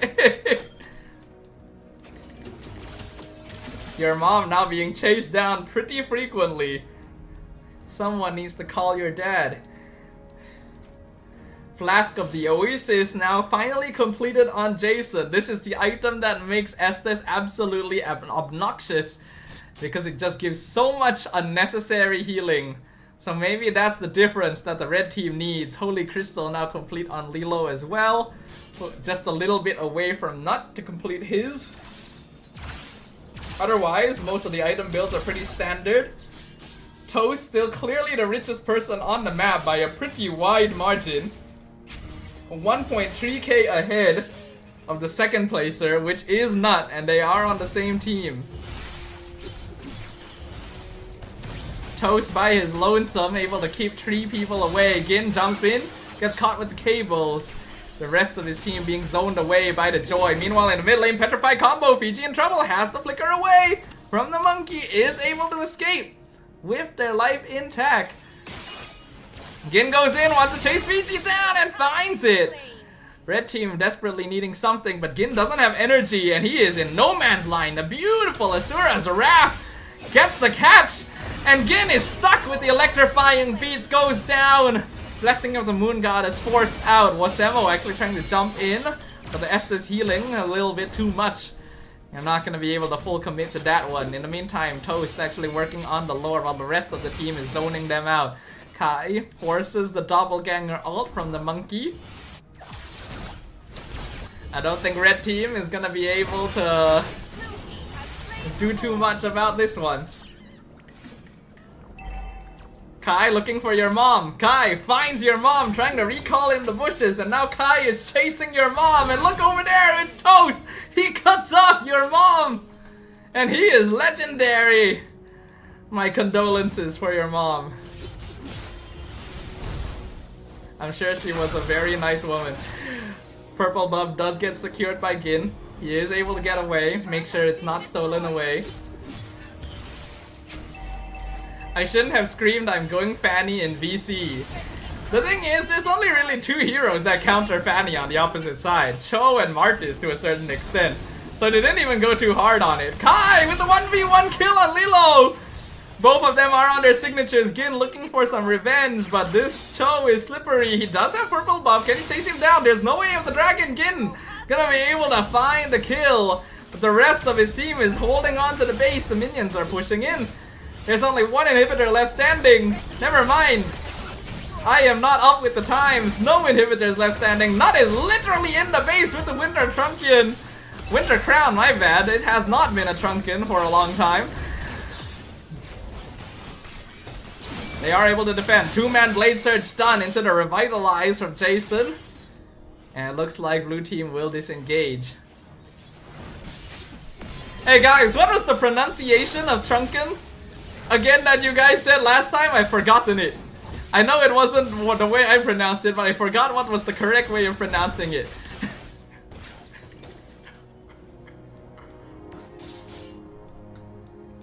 Kai is going full damage on the Romcho, which surprisingly is not unusual, even in pro play nowadays. Kuruel 1 item away from full build, the Joy also 1 item away from full build. Gin going full damage with the Hunter Strike after War Axe. So he is squishier than if he... Oh, he actually did manage to secure his purple buff. Truncheon, thank you. Of course, it is not a Winter Truncheon anymore, it is a Winter Crown. Oh, the monkey is being chased. But this time your mom gets the last laugh. Reverses onto Kai. Wow, not jumping into the entire enemy team by himself. Electrifying Beats does get him out. And red team does have to stay together to take advantage of the Estes. So he's actually able to get away with that scot-free. Oh, he might be in trouble now though. Gin goes in, 1 more hit, he finds it! Joy! Not gonna be enjoying anymore.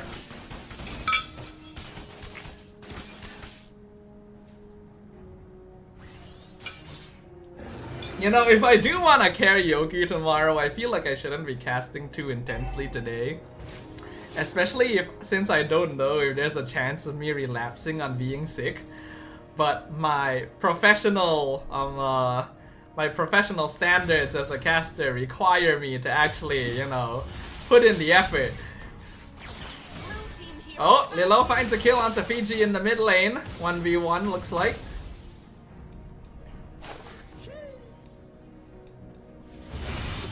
Semo goes in with the Blade Surge onto the Estes. Does do some solid damage. But the healing gonna keep Jason top back up. We are now entering the 16-minute mark. This is the 1v1. Gin dropping low, gets healed back up with the Estes. The monkey comes in from side, pops the Petrify. Wasemo in trouble. It's a killing spree for Gin. And now the healing comes out from the Estes. It's an all-out brawl 5v4 situation. Lakrafin goes in. Legendary streak for Toast. Gets the kill onto the Kagura. Set up by the way of the dragon. Kai is inside the base. Surumaru Tsuyoshi gonna be chased down by Kuruel, but the fight is absolutely scattered currently. Granger, way out of position, is able to walk back to the side. Now Gin being caught is able to fly away for now. Red team actually holding on despite having no towers in the base at all. The base is as naked as the day we were born. And now Katsuragi Ace is once again chasing down your mom. He wants that, your mom. That monkey, that's your mom. Estes comes in to heal your mom and your mom is okay. This KDA sucks, Wasemo says. It's okay. As long as you win, that's all that matters. Hello, Layla Lover. Oh, it's Laifu.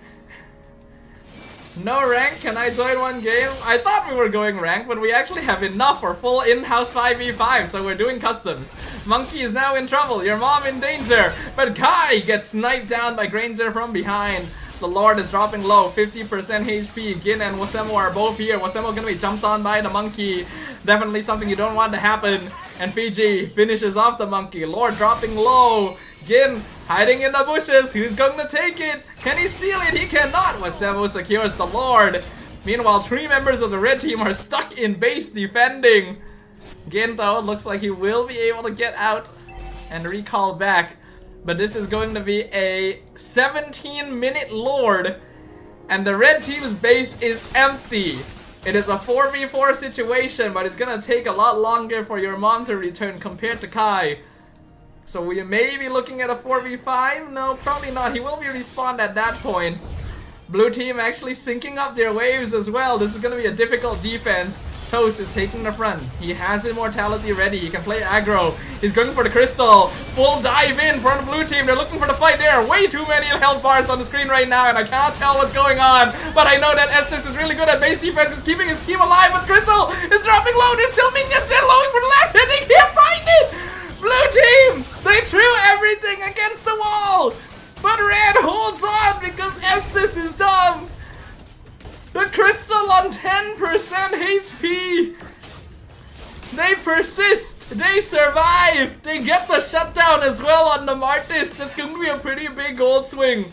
In fact, that completely evens up the gold. It's 59k to 59k. It is all down to execution now. Red team have made the defense. Estes is so bullshit. The power of friendship is correct, but I don't like it. Can I join one game 5v5? Looks fun.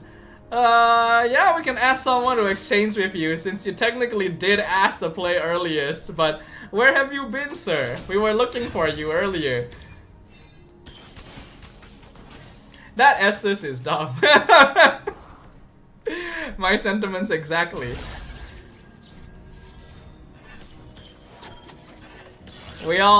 This is not a personal attack towards Jason, except for picking Estes.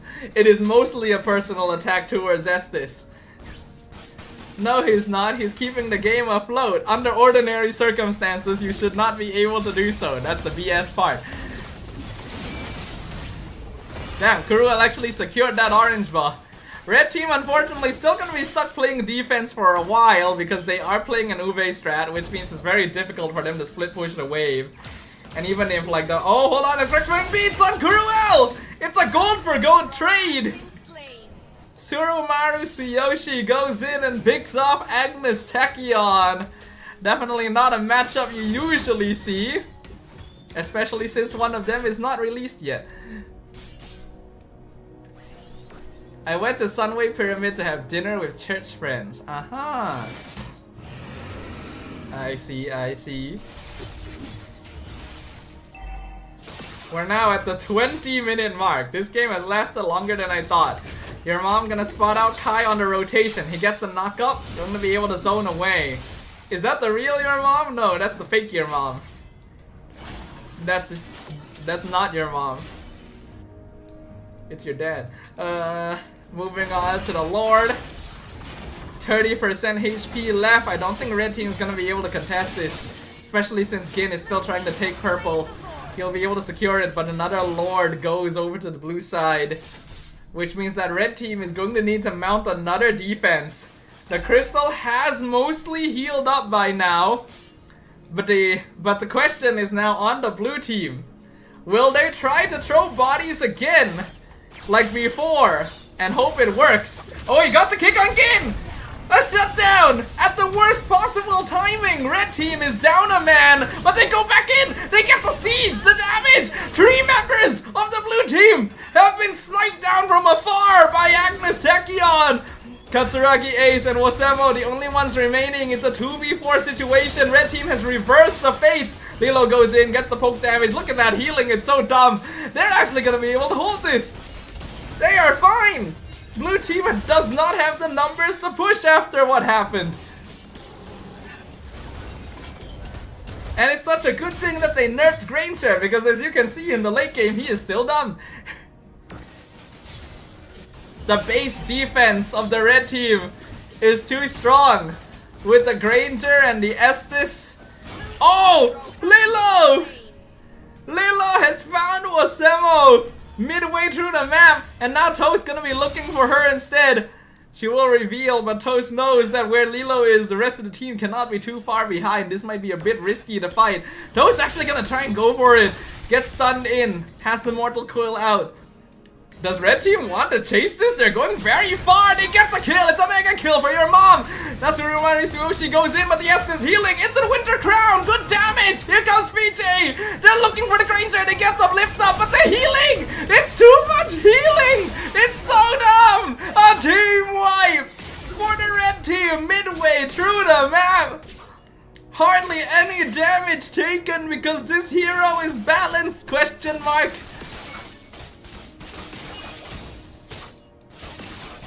And I would like to say that the blue team now has first-hand experience of why I don't like this hero. Once you reach a certain point, you just don't do enough damage. Especially since blue team doesn't have a marksman as well. They needed to end the game with that first push. Wasemo gonna try and hold the lane, but he won't survive. The siege damage is too much. The crystal is open. Toast just respawned, but it's not soon enough. The reversal has happened, and I hate it. And with that, we witness the turnaround from the red side, which is now on the blue side because spectator view is funny sometimes. But damn, even though Toast was like 12-2 at a certain point, 12-1 I think, the last minute Estes clutch indeed. Man, what an interesting experience this has been. It's because they're not afraid to fall. Alright, question to you guys now. Do you guys want to continue playing Classic? Or do you guys want to actually try drafting? Alright, because that was game 1, we tried to warm up a little bit. Logically, if it was draft mode, then there was a chance that the other team could have maybe countered the Estes. Who is that? Who is Alice? Is that Laifu? Draft pick. Okay, yeah, Gin has already opened the draft pick lobby. Okay, hold on. We have a lot of people here. Who was Zayd again? I keep forgetting who Zayd is. Was Zayd one of Wasemo's friends? That was stressful. I was just thinking I didn't want to lose the Toast. I see. Okay, hold on. Let me pull in PG, pull in not.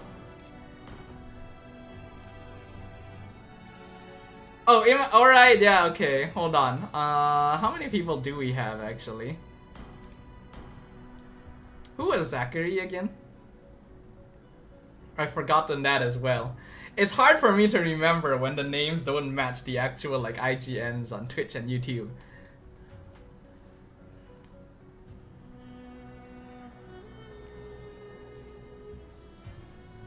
Is this anyone here? I don't think this is anyone here. Or is it? I don't remember. If it is someone here, then you could invite again. I just don't remember.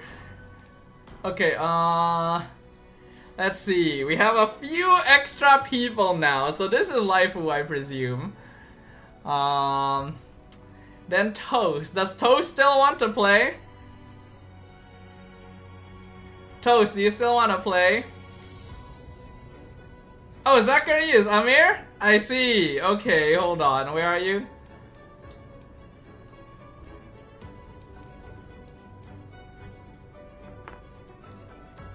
Where are you? Then again, we're already full. Even Toast has been traded out. I'm not... If it's full, all good. Okay.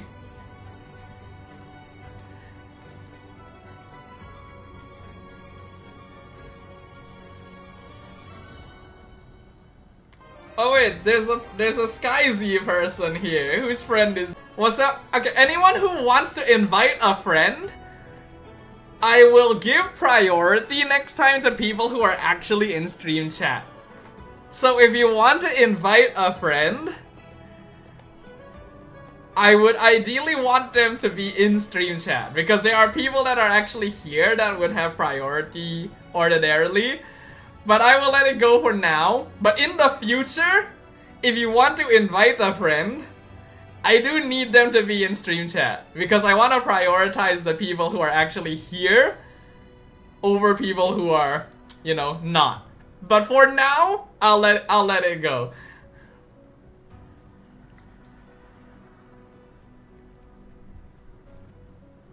Alice is me. Yes, I'm aware. Okay, then I guess we can start. Go ahead, Gin. Tournament lobby 5v5 when? I don't think I can open tournament lobbies.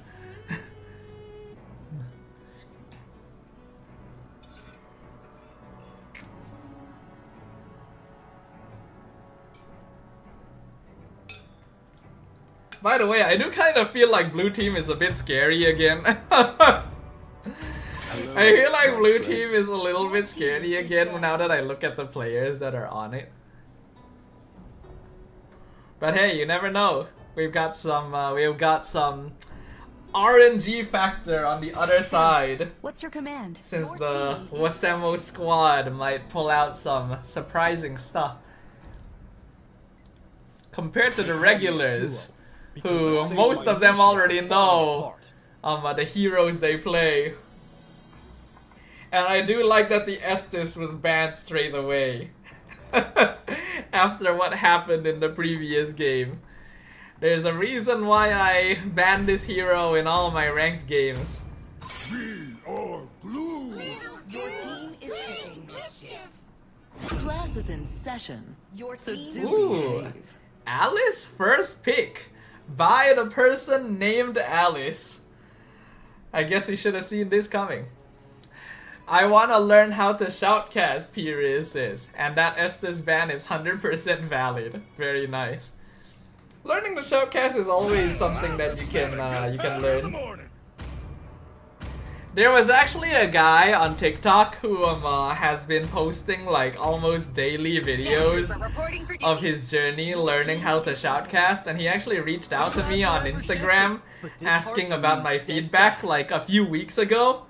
I should check in on how they're doing, whether or not they're still posting stuff to their TikTok. Have they actually been keeping it up or not? Oh, you shoutcasted before, Pires? Ooh, school tournament? Pick Florin, please, Jero says. I think me and Jero need to have a conversation about healers. It was a 5v5 with friends. Ah, okay, okay.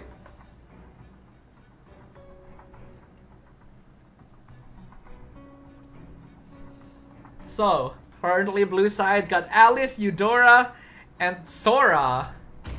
And then red side has Franco, Kimmy. So there is the option of the traction hook combo, which we saw performed by Homeboys 2 seasons ago. And now the Lapu Lapu. Very strong meta pick right now. Definitely one of my top picks for heroes that need to be nerfed. Oh, that's actually a really good video idea as well, right? And that's actually a good YouTube video idea. Heroes that need to be nerfed. When the body suffers, I don't think people do that kind of content.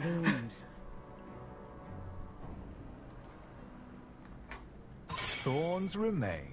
Should And then the Benedetta and Lancelot ban for the final 2 bans. Now red team has first pick. Lapu Lapu needs a longer ult cooldown, I think. You know, Piriz, I'm gonna spoil it for you because I've actually seen some of the new patch notes that's gonna be dropping soon. That's actually exactly what they're going to do.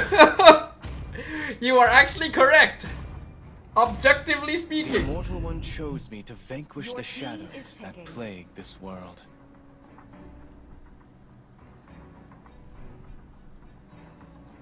Why blue? Wasemo asks. Amir says it's my favorite color. Honestly, valid. Very valid, very valid reasoning for supporting a team because you like their color. I remember when I was a very young kid, and something that my family would do because my dad is a big fan of football. You know, whenever the World Cup would happen, he would have us all just pick teams. You know, we would just all choose teams and see whose team won. And the team that I always liked to pick when I was a small kid was Netherlands. Why? Because they were orange, and I really liked their jersey color. Sometimes that's all it takes. I'm born with talent. By the way, what do you predict about M7 meta? What could be top pick, or which hero will rise or fall in popularity after the patch? Sora is probably going to be banned a lot of the time. I think we might actually see him being played, but I wouldn't be surprised if he was generally permabanned.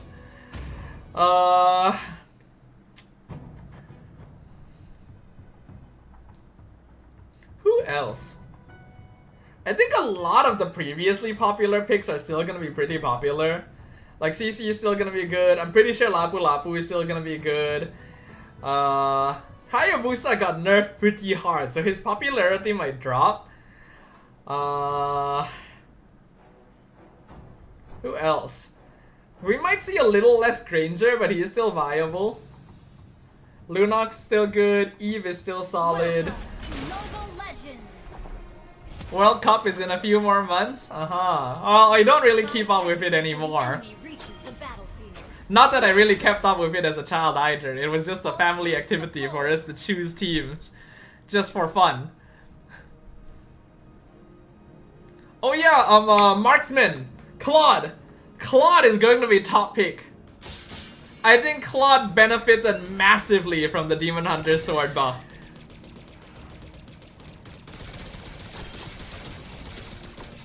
So Kai is trying to disrupt. He is once again on the Rome Cho. In the EXP lane, we have a Sora versus Lapu Lapu battle, which is honestly very interesting.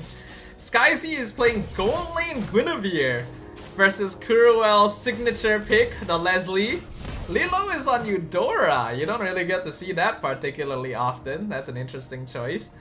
Wasemo is on the Rome Franco.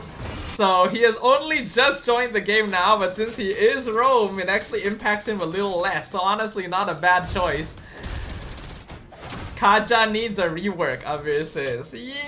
Rework, I guess. I don't know. I feel like Kaja could work if they just like upped his numbers a little bit.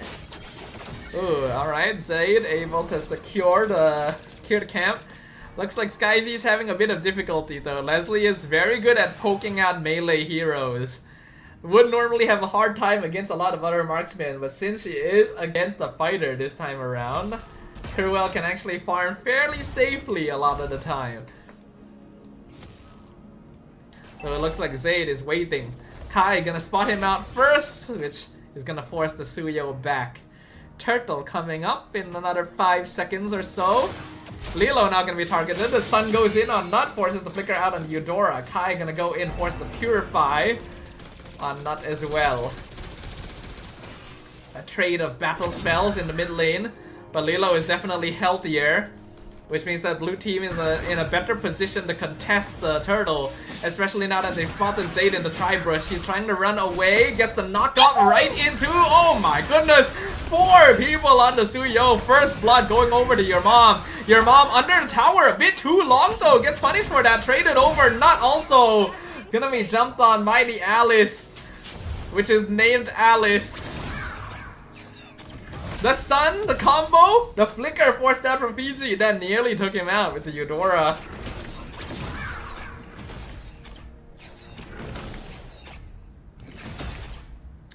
Turtle dropping low, Zayd is in the area, but he is 1v4! He steals it! And he dashes away! Highway robbery by the red team! But now Alice jumping into the turtle pit. 1v3. Purple buff is secured by the Suyo, and now Fiji finishes off the Alice. Red team coming out on top in that exchange. So blue team having the lead in terms of net worth right now.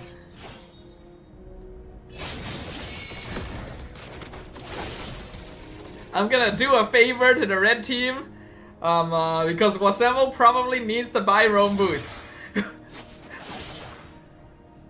Glory bread, Dacho, he says. First thing he says in chat. And you are correct, Dacho is real good. Lilo's recall gonna get cancelled there. Blade Surge goes in, gets cancelled by the Alice, and now stunned by Traction Pulse. Into the full combo from Eudora. Purify gonna be used in advance by Nut. But the follow-up from Kai holding on to the second part of the Way of Dragon. Iron Hook lands onto the Alice, but there's no bloody hunt. He's not able to pull him into tower either.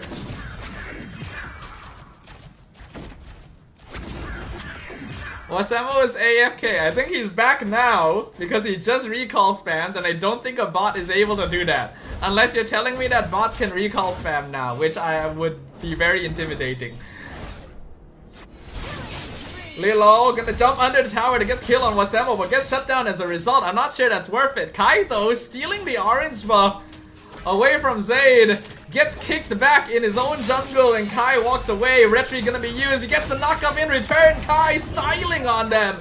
Flicker gonna be forced out on Kuruel though to get away from the Traction Pulse. Bots can recall spam? Really? Wait, Wasemo, that's you yourself. Are you in game? Oh, the hook into the tower! Alice in trouble, no bloody hunt though. He is able to gleam away, but Darren was stuck under the tower as a result. Now Alice gonna be chased down. It's a double kill for not looking for more, in fact. The full combo from Eudora lands a shutdown. The bloody hunt comes out onto Kai, not really the target I think he was looking for. And now Kai looking for some revenge. Bots can't recall spam. Okay, I hope so. I hope that's the case. Wasemo says it's possible if the user recall spams, but that's not really something I've heard of. I feel like if that was possible, I would have heard of it.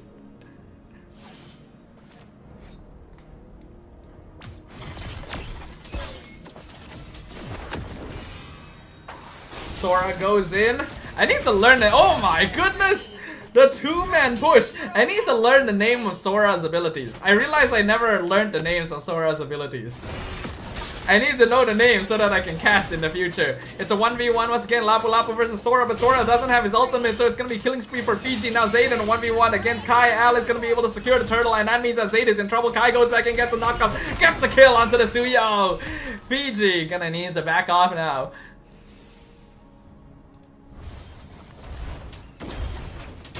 Oh, the bloody hunt onto Kai, but he gets stunned!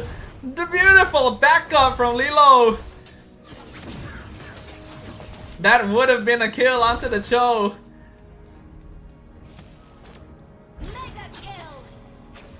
Oh, they got a kill on Kimmy. When did that happen? Peachy gonna find a return onto Lilo. Mega kill for the Lapu Lapu. With Skyzy gonna be sniped. Mega kill for the Leslie. Multiple mega kills happening across the map. Kai being very annoying on this Cho right now. Hook unfortunately does miss. Kai takes a good bit of hook damage there. Wasemo does not have his ultimate, so this could be a risky fight to take. He's actually losing out the trade because Cho is very strong, and now the flicker combo Flicker cancel the combo 1 to Leslie. Cruel secures the kill.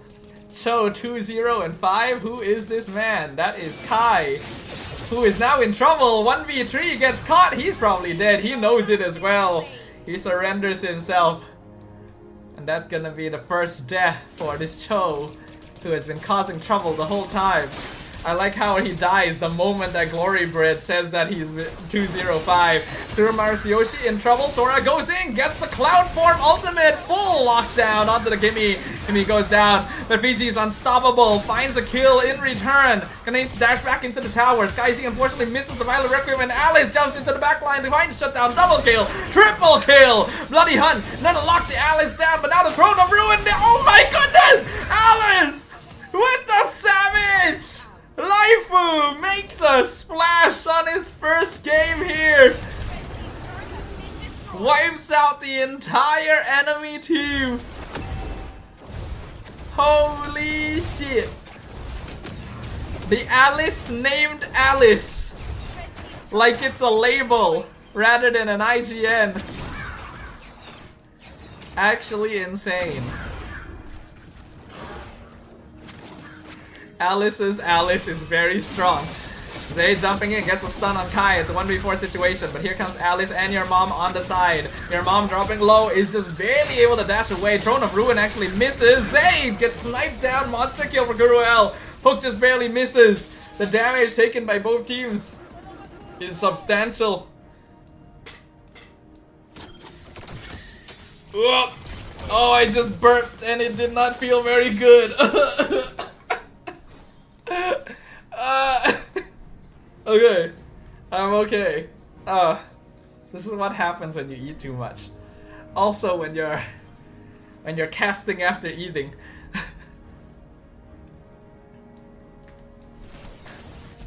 Ooh, SkyZ nearly died walking into the bush. Kuruel actually farmed up pretty well at this point. The richest person on the map is the Alice, as is expected, but Kuruel is not far behind. That's a Sky Piercer on the Alice as well. Wow, I just realized that's alright. Oh, the full Eudora combo onto Nut. PG jumps in, hook lands on Alice into the Bloody Hunt, doesn't get cancelled this time by the Sora, comes in though, it's a godlike streak, and the Alice is still alive, it's a monster kill! SkyZ now gonna be chased down, has to flicker back to base. Blue team now in a dominant position. We are looking at a 9,000 gold lead. Kai goes in, gets the flicker, gets the kick. Iframe allows Zayd to try and back off in another direction, but he's gonna actually try and run to the tier 2 tower instead of the base. Your mom taking a lot of damage from the tower. Zayd's still alive. He's still alive. He's actually out. Wow. Okay. But the rest of his team is not so lucky. You would think that he'd be the most vulnerable one.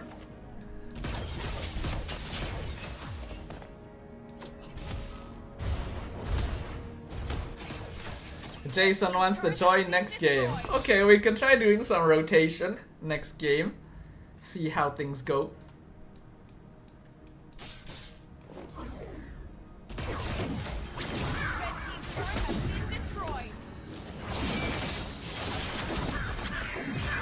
Oh, bot lane, something's happening. Way of the Dragon onto the Franco, into the Sora ult, into the two-man pushback. Fiji though still holding strong on the Lapu Lapu. CC immunity to cancel the Landshaker stun. And Sora is out. Fiji has to land the stun, flickers away. Nice maneuver there on the Lapu Lapu.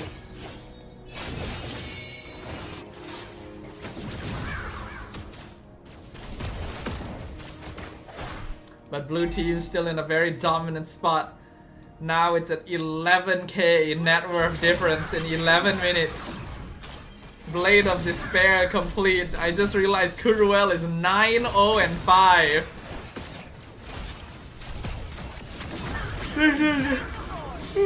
Excuse me. Oh, the kick onto Zayd. He's not able to escape. And now the flicker combo from Sora. The rest of the red team trying to run away as much as possible. They're going to lose the Kimmy. All things considered, I'd say that's actually manageable. But now it's a triple kill. And the dodge from Kuruel into the Maniac.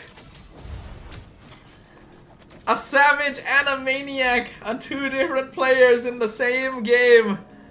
This is a very one-sided snowball coming in from the blue side.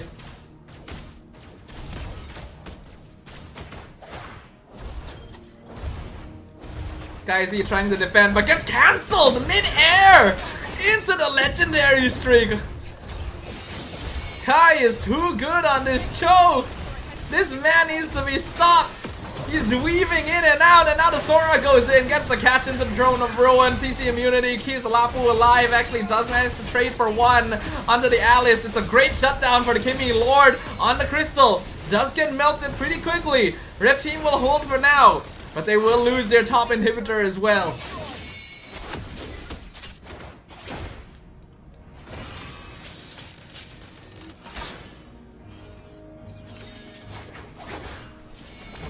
Red team does still have a chance. There is still a possibility of turning this around if they're able to find some clean catches. And they do find one. Not gonna commit the Violet Requiem there, but the hook into the Bloody Hunt onto the Sora! Your mom gonna be locked down, and now the Flicker Landshaker onto Kuruel. Fiji trying to look for the highest value target. Kai goes back in. Is able to dash out of the base. Dodges the hook as well. But they were able to find the kill. Oh my goodness, the Eudora damage! Way of the Dragon onto the Franco. It's a legendary streak. Kai all by his lonesome, holding the front line for his DPSs.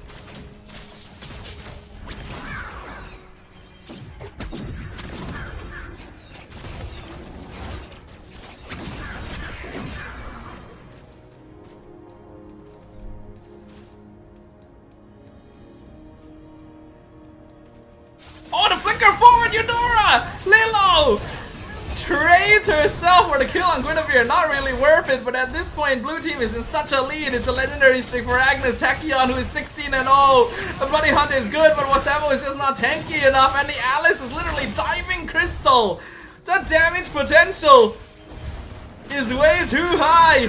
Fiji tries to jump back in, but the pure damage. Is it enough? It's not! He's 1v3, there's not much more he can do. It's now a 3v1 defense.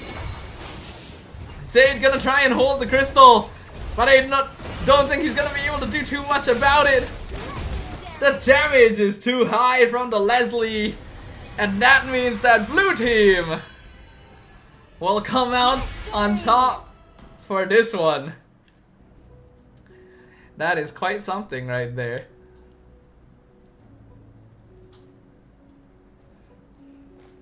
What is this number 2? Monrovia, Liberia, rank 2 Alice. Every time I see Laifu, he just comes from a different place. 17-0 and 8. I think this is like the best Kuruel Leslie performance we've ever seen, actually. GG's, GG's. Alright, we are probably going to need to do a little bit of team rotation here.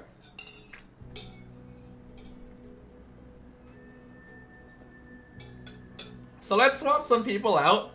And Wasamo, I am going to need to swap you out, I think.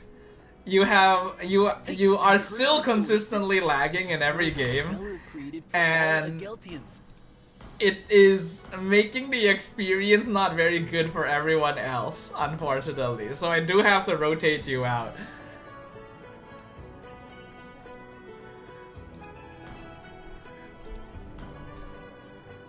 Okay, Kuruel is taking a break. Glory Bread wants to join. Glory Bread, have I ever added you? Okay, we'll play Fiji. So this was Amir, right? We'll pull in Amir. Lobby ID. Oh yeah, I forgot that's something that people can do. Hold on. Oh yeah, Niche is here. Alright, yeah, let's pull in Niche. Niche hasn't gotten a chance to play yet. Who is Sub-Zero?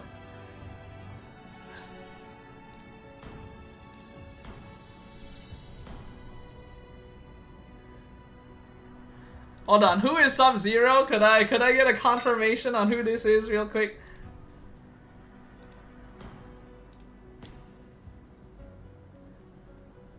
Okay, lobby ID.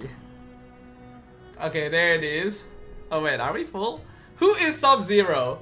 Could I check who Sub-Zero is? I don't know who that is. Again, I will give priority to the peeps who are actually here in the chat. So unless you're...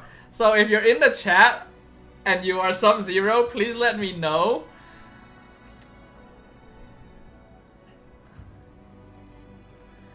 Just kick it? Okay, it doesn't look like it's anyone here. Glory Bread, what's your IGN?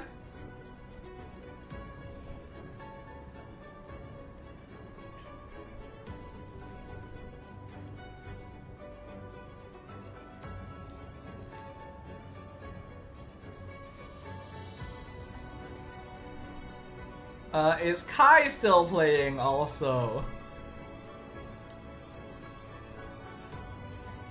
You have joined. Which one is you?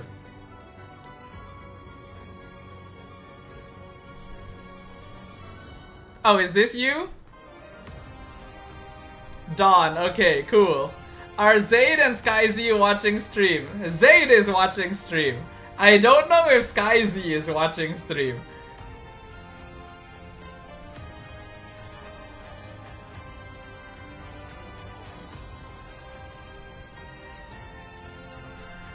Okay, I think we have one slot. Yeah, we can pull in Pires. Wait, who left over here?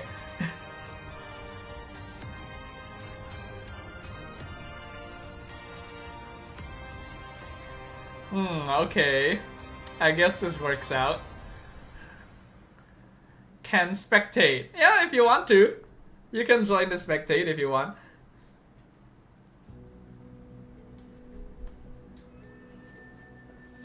Apologies that I have to rotate you out, Wasebo. I do think, like, yeah, I can understand if your internet is sus sometimes, but you're a bit too consistently DCing, and it's making the experience a bit difficult.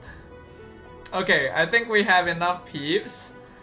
Where did Gin go, by the way?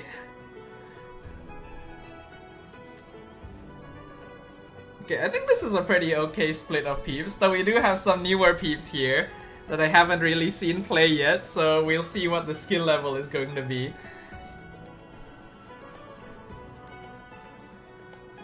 Alrighty. Gin still in match settlement. Okay, I guess he's doing...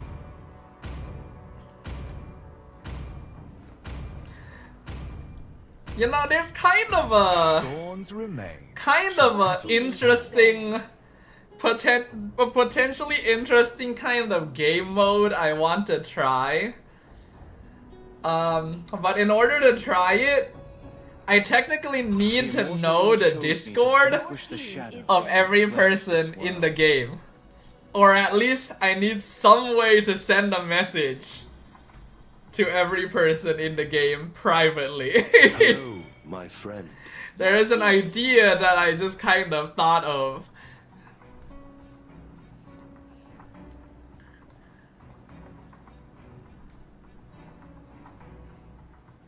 We are glue. Your team is picking mischief.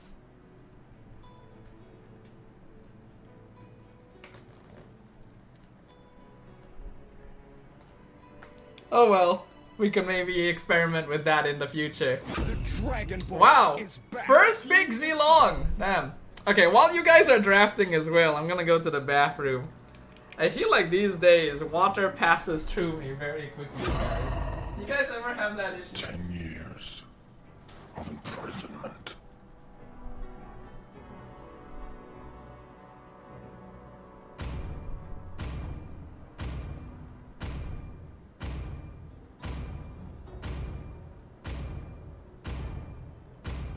Less talk, more work. Your team is picking. Celebrates Academy greatest prodigy. Here They to call me a save the hero world. because I Your saved my team is nation from picking. falling apart.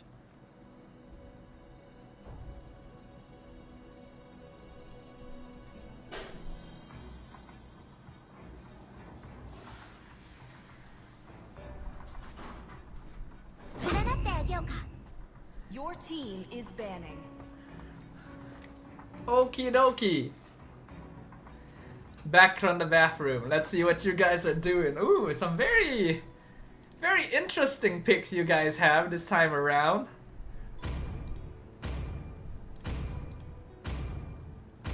Why does my Twitch show 0 viewers? Is that glitching out? It should be fine. Okay, so we've got Zilong, Chang'e, and Yisun Shin on the blue side. And then we have Popol, Terizla, and Kagura on the red side. Shows 15 for you.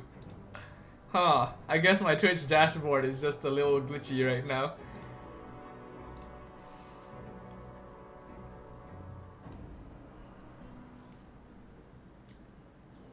Oop. What will Mr.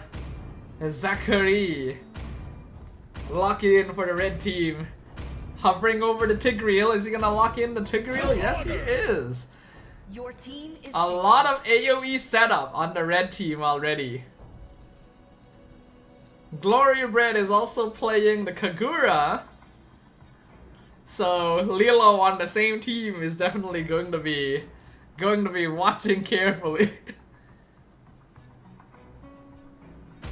Blue team looking to finish up their lineup. Hovering over the Grok carry. Carry would be a pretty solid choice against the tankier people. Might have some trouble against Popol though. X-Borg going to be the final choice. Most likely a gold lane X-Borg. And now Nolan will complete the red team lineup. We got some interesting choices right here. Very good, very good. We shall see how this goes. You got a couple of new peeps joining in, and it looks like Kai is actually not gonna be playing Cho this time around. Man was bullying a little bit too much with the hero already, so he's going to be on the Minotaur this time.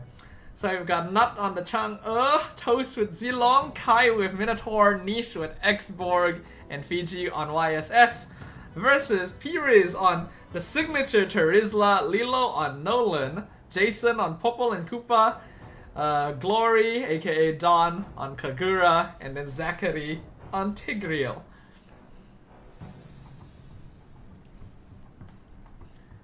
Should be an interesting setup here.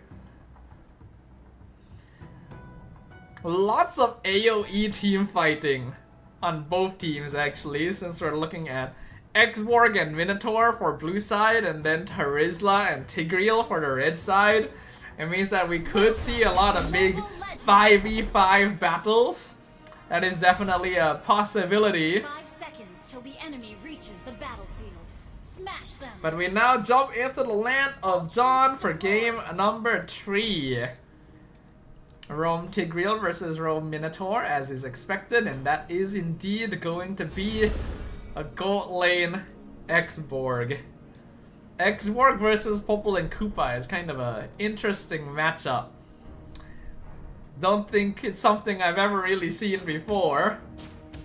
And I feel like X-Borg might have a little bit of difficulty, but he can also get stacks off of the dog quite easily. Looks like Niche gonna go for a very aggressive play onto Jason right away, actually focusing on Popol. Will lose his Viraga armor, but I think Jason definitely took more poke from that one. Meanwhile, in the mid lane, looks like Kai gonna be jumped on by Lilo slightly. Going to be able to jump back as well. Now, Toast versus Piriz is going to be an interesting lane. Zilong did recently get buffed in his early game, which means that his laning is actually fairly strong. His ability to trade is actually a lot better than you would expect. So because of that, we are actually seeing Toast win out the HP trades against Piriz earlier on in this lane. Now, once the Terizla hits level 4, he'll probably be able to handle things a lot more easily, but before then, he actually does need to respect the Zilong, which is not something you would have heard too often before. Oh, Toast jumps in, forces the flicker from Piriz. Now Niche going to be potentially ganked up here. There's 3 people in the lane, but Kai is hiding in the bush. Gets the 2-man knockup. Flicker Sacred Hammer pushes the X-Borg back, but Fiji comes in from the side. Lands the Mountain Shocker, forces the flicker back from Jason. Now Nut is here, knock up onto Lilo, and it's gonna be first blood for Fiji on the Yisun Shin. A valuable kill at a valuable point of game, but here comes Dawn with the Yin Yang overturn, not able to land it. Fiji escapes, and so Dawn is going to need to flicker away. Blue team has the definite advantage over the turtle right now, especially since Lilo's still gonna be working on taking that purple. And just as we predicted, Toast actually gets the 1v1 kill against Pires. At level 4, there's no Terizla for the red team. Lilo wants to come close, but Kai is zoning her out. Lilo steals the turtle! Dawn goes in with the Yin Yang overturn. Gets the burst on the YSS. Red team able to steal the objective back and keep things even. Net worth lead still slightly in favor of the blue team, but that definitely made a difference. Niche comes in from the side, gonna start working on doing some burn damage. But at this stage of the game, Xborg isn't going to apply that much pressure yet. Kill score still in favor of blue team, but red team has made up for it by taking a turtle. So things are still pretty even. Zachary now gonna be scouting out the purple, sees that it's not being taken, knows that Fiji is probably on the other side. Meanwhile, penalty zone comes out, 1v1 again between the Terizla and the Zilong. This time Pires has the advantage and finds the return kill, smashing him with the hammer. Dawn goes in, dodges the meteor shower with some nice play. Niche burning down Jason, diving the tower for it. Will they be able to find a return kill? Lilo shows up in lane, knows where Niche is, wants the kill on the export. Nice flicker timing. Niche gonna be able to escape from that. Now it looks like Pires is taking advantage of his sturdiness to start cutting lane. Not gonna take the previous 1v1 loss to the Zilong lightly to start affecting the map. Let that Manhattan Cafe drink Tachyon's poisons, Kuruel says. Do with that information as you will. Toe's gonna once again challenge Pires. It's now a 1v2 situation. He's actually holding on to the spear flip. Penalty zone comes out. Gets iframed by Fiji. And Manhattan Cafe flickers away, but now the two-man gank from the side. With Nolan and Kagura coming in, bursting them. Both Toast and Fiji will fall. And that means that red team now has the advantage over the turtle. Lilo will secure it.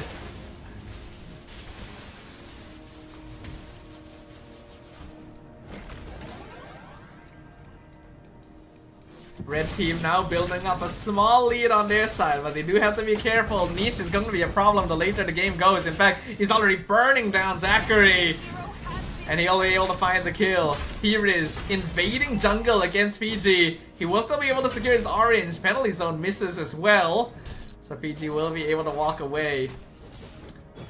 Manhattan Cafe even cutting wave behind the tier 2. Now taking full advantage of Zilong's weakness in this situation. But now it's a 1v3 gang, meteor shower, and mountain shocker onto the Terizla. He's surviving so much of it. In fact, he might get the kill on Fiji. Fiji not gonna be able to get back to base in time. It's a killing spree. But now the flicker, Minwen Fury will find the shutdown. Will they be able to get one more? No, Dawn with the flicker forward with the Yin Yang overturn. Returns the kill onto the Zilong. And now the implosion secures Kai in place for Lilo to get the fracture kill. Red team starting to up the ante. We could see just how long it took for 3 members of the blue team to actually kill off that Terizla, but now the last insanity under the tower finds the killing spree onto the Kagura. Niche in trouble, but nice mountain shocker stuns down Lilo. Niche though, a lot slower than Nolan. It's gonna be a killing spree. We're looking at a slight lane swap, it looks like. Toast gonna be taking up lane up top for a little bit, since it is becoming a bit difficult for him to handle a Terizla at this point. He's only got a Windtalker currently. Itemization seems fairly standard across the board. So that is the Sky Piercer first for none. So that's a pretty greedy choice. Meteor Shower comes out once again. Pires is all the way in front, surrounded by 4. He's gonna need to flicker out of there actually. He's gonna be locked down by Mount Shocker. Look at that damage! And now the Yin Yang Overturn comes in. PG gonna get picked off from the most unexpected position. Minwu and Fury cuts the fight in half, but the turtle has been secured. Now, blue team is just gonna need to back this off. Are you guys playing more games later? If yes, I wanna play. Yeah, sure, of course. Damn, I didn't realize that you got rotated out. I didn't actually mean for that to happen. Once the room ID was open, people just came in. It becomes a lot more difficult for me to figure out who should join the game or not, now that we have so many people. Red team hero Ooh. has been slain. Zilong finds the kill on the Popple. So far, it doesn't look like. Oh! We are seeing some potentially advanced plays here from Dawn and the Kagura, but he still gets caught by Toast. It looks like it's gonna be a mid lane trade, since Nut is gonna be bursted as well. Kill score is still pretty even. About a 2k lead for the red side. Niche has been swapped over to the bot lane, which is definitely a better matchup against the Terizla, but he's gonna be forced to flicker out from the penalty zone.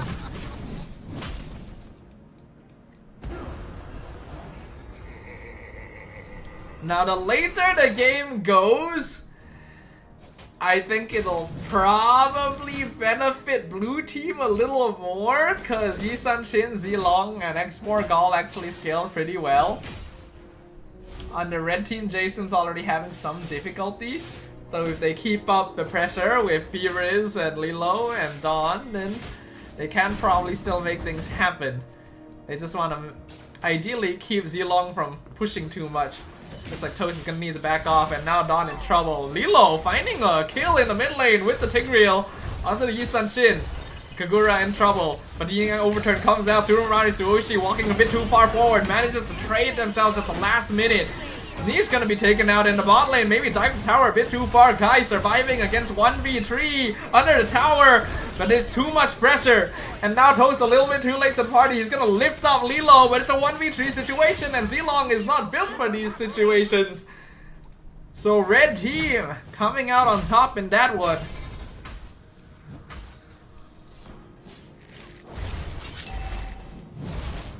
The pressure is starting to ramp up. The gold lead is building. Fleeting time completed on Zachary, so he is going for more implosion setups. Malefic Roar just finished on Lilo as well. That's going to be a big damage boost for the Nolan. In fact, looks like they're going to be able to take Lord pretty quickly. And now Niche going to be pushed forward. Looks like red team doesn't want to commit too hard.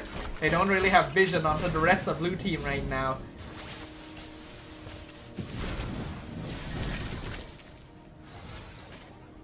At this point, we are going to need to see some split push action, and that is exactly what Toast is going to be doing up top. Should be able to recall back to base before anything happens. Meanwhile, 1v3 situation once again on Pires. Penalty zone onto the Chang'e under the tower. Look at the damage! He gets the kill! Even under the tower! He'll finally get taken out, but his job is already done. The rest of the team is here, though Nolan in trouble. And Fiji gonna cut off the escape route for a very nice bit of shutdown gold. That was a much needed catch coming from the blue team. Picking up two very crucial members who so far have been going quite unpunished. Is going to help a lot. It has narrowed the gold gap by a fairly notable margin, actually. Blue team turret has been destroyed. So in terms of towers, red team is definitely still leading. So that is something that they're gonna need to figure out. The later the game goes though, the more split push potential blue team will have, since they are playing with a Zilong. Though with a Popple and Koopa on the red side, they do actually have some degree of vision over the map. So that could be something that could disrupt the gameplay. Toast goes in! One shot's done! But now he is in trouble. Popple and Koopa does a lot of damage if he has the initiative, and that's gonna be a kill onto the Zilong in the mid lane. Once again, not being chased down by Piriz with the penalty zone. The rest of the team is here to back him up. X4 comes in from the flank to start doing some burn damage. I don't think they'll be able to get the kill here though. They don't actually want to commit to a fight yet.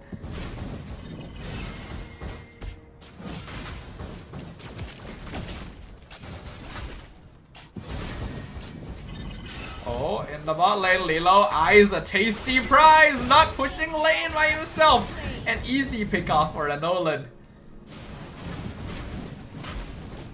Itemization still progressing as usual. Zachary getting burned down real low, tries to flicker forward to get the implosion on Fiji, but he's not able to make up the distance, so Niche burns him down. Now the next target gonna be Pyrrhus. Last Insanity gonna be used, does some good damage. Yin Yang overturn, finds 2 in the backline, but it's not quite enough, and now Dawn running in the other direction, but is able to make enough distance to keep themselves alive.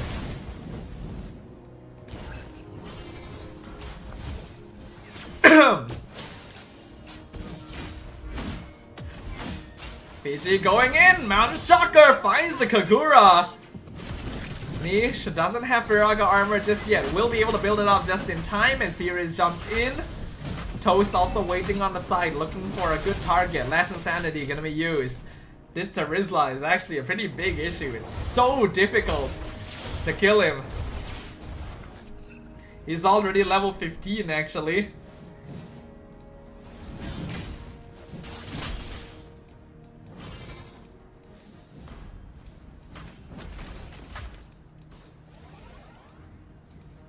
I think my throat is starting to get a little bit dry from all this casting. Toast actually doing some split pushing as well.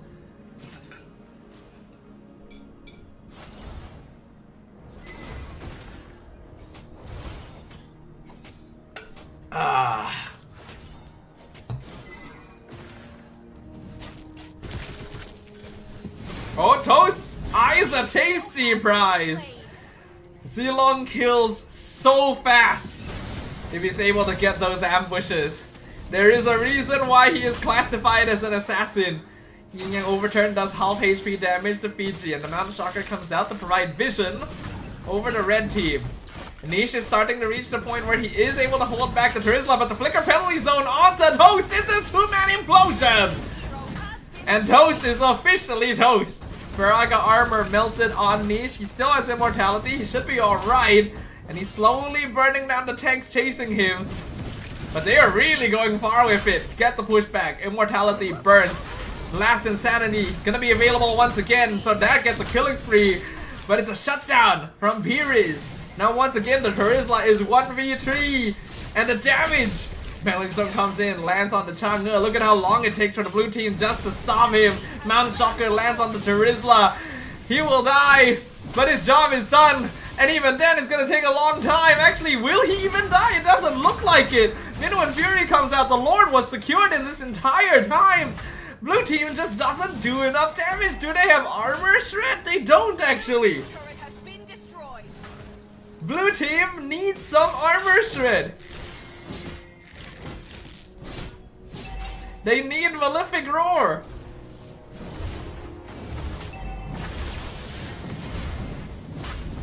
Lord gonna be pushing up top in favor of the red side.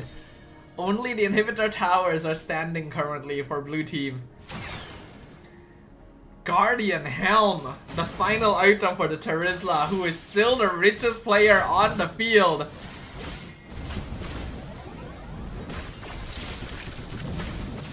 Even the X-Borg designed to counter him just doesn't melt him fast enough.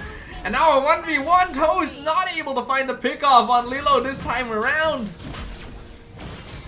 Which means that we might be looking at a 4v5 defense. Though he was able to do quite a lot of damage to the Lord. So blue team should be able to survive this. The tower doesn't take too much of a hit either. But how long will they be able to hold? It's a very difficult situation right now. Mid inhibitor will be the first to fall. Bottom inhibitor very low as well, just 2 hits away.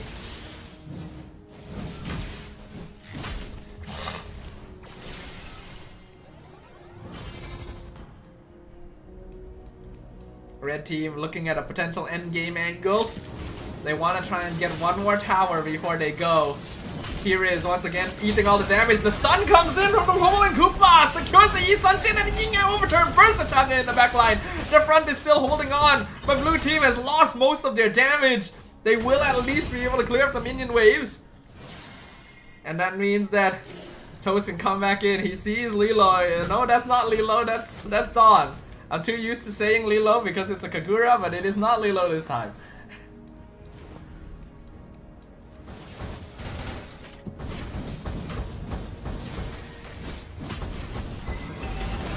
my goodness! Lilo! With the one shot! Onto the Zilong, Baraka Armor gone unleashed. Red team pushing straight into the base. PG and Nut will be back soon. There aren't really minions pushing, so blue team should still be able to hold this for now. They get the Mount Shocker in on Furies. Penalty zone comes out. Last Insanity into the Min 1 Fury. They got the burst! The Turisla is finally taken off the field. Lilo loses immortality as well. Niche with the flicker forward wants to burn down. Nolan was not able to find it because Dawn is there to stop them and will be able to back off as well. Red team able to salvage the situation, only losing their Turisla. But that is still a victory for the blue side. They've been trying to get this kill for ages.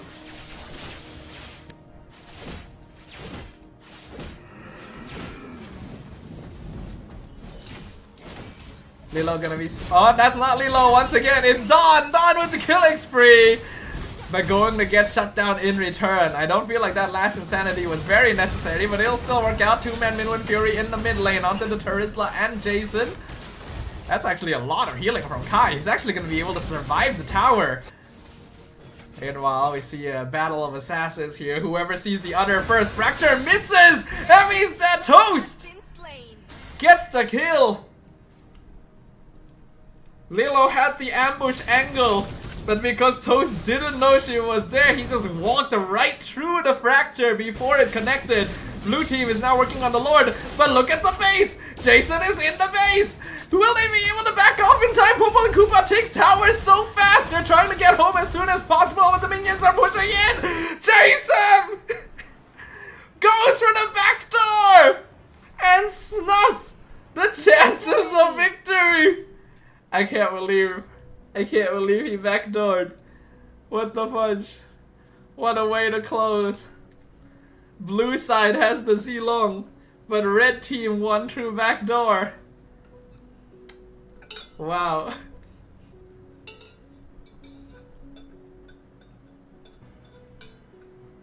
As expected, Piriz is the MVP, but Kai actually had the higher score.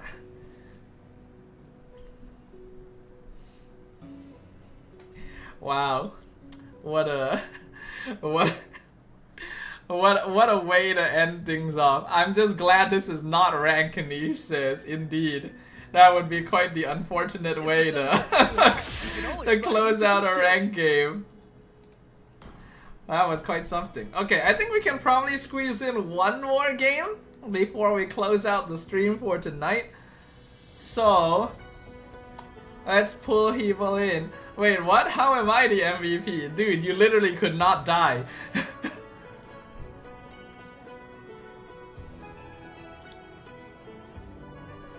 Okay, Osemo, I'm going to need to actually rotate you out, I think. Cause, like, it's... yeah. Okay, hold on. Laifu wants to come in, I think.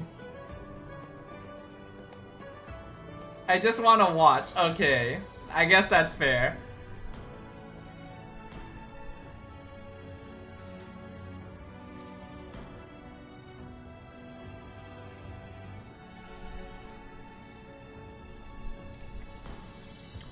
Alright, who wants to... Oh yeah, lobby ID. Hold on.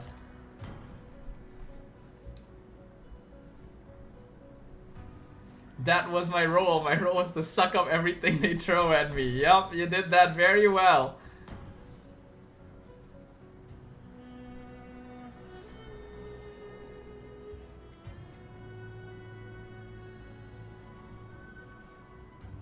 Okay. Who is not here?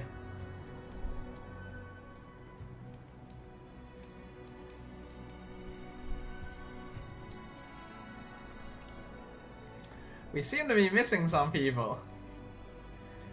Kai is here, Dawn, Laifu, Nut, Zachary, Jason. Where is Lilo? Is Lilo done? Niche, are you still playing as well? If not enough, I might play. Yeah, I guess if it's not enough, we can squeeze you in. Lilo is not here. Pyrrhus as well. Does Pyrrhus still want to play? Niche is okay. Niche is here. Where did Lilo go?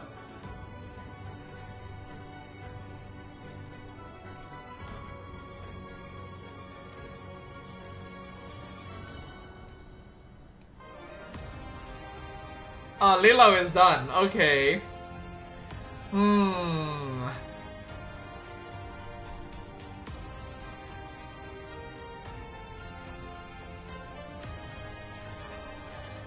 Or you know what?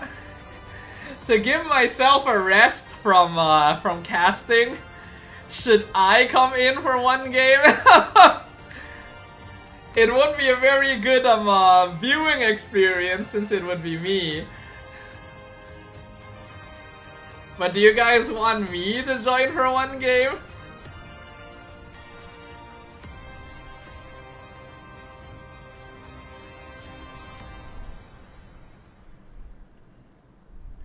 Yeah? Join. Okay, I guess so. I guess the one person who hasn't played at all today is me. No, you need to cast. Sounds more interesting, like MPL. I see.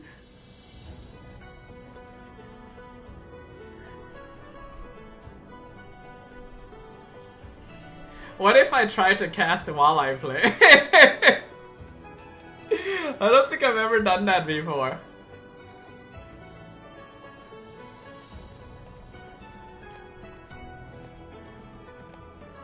Fudge it. Honestly, I do want to try a game. I don't think I've actually properly participated in one of these before.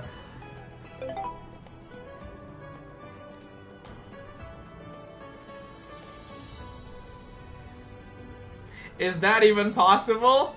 Well, you never know if you don't try, right? Alright, fudge it. Last game of the night, Caster himself shall participate. And we will see how this goes.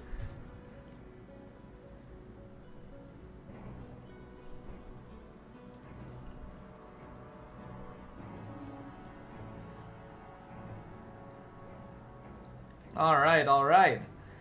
So what position am I playing, if that's the case? Is there anyone in particular I would like to play, I guess, is the question. Thorns remain. Should Your petals team fall. is banning. Now, of course, we should probably ban this guy. Hello, my friend. The enemy is banning. Y'all have a marshal though. Is it Wasemo? Yeah, Wasemo is in the spectator stance. What's your command? Your team is banning. Let's see, is there any hero I want to play? Now, I could go Ruby, but I feel like that'd be unnecessarily...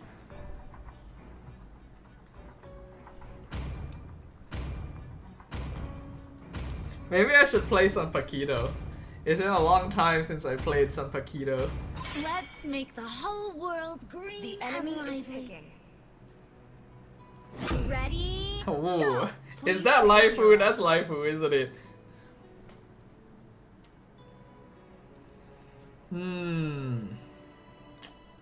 Sand rises when I give the word.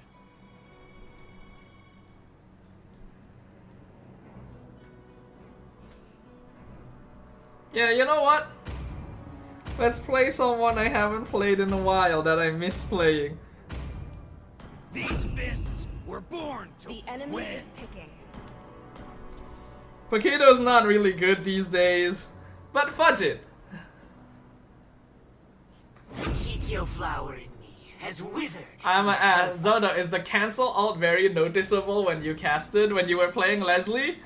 Yeah, actually, I did notice it. The fire of battle Your never team is extinguishes. Like I actually did notice it, so it was fairly noticeable actually.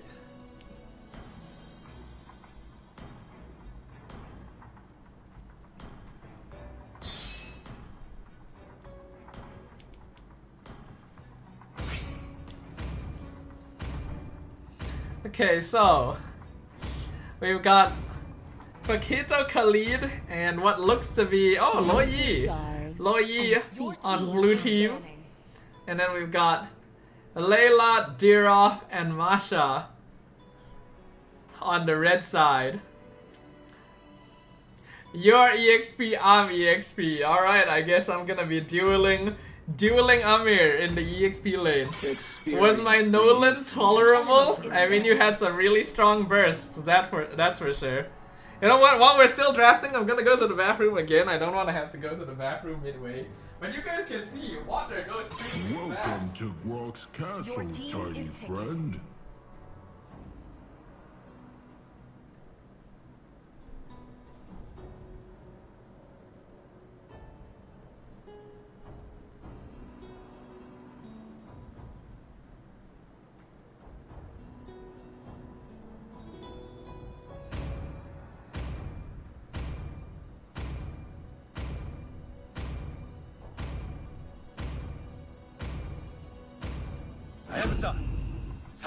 The enemy is picking.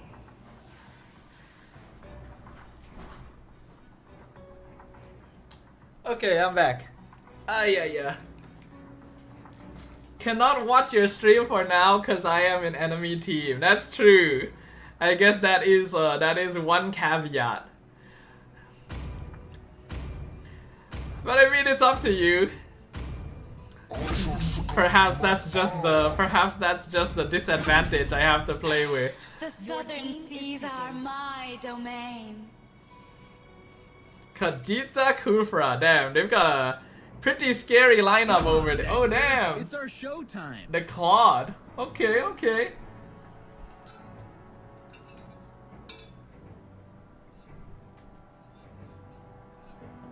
You know what's sad? After this finals MVP skin came out for Paquito, man just dropped off the meta. You realize that? Like, after this skin came out, man was not meta. So I never really got to properly use it. Which is quite sad.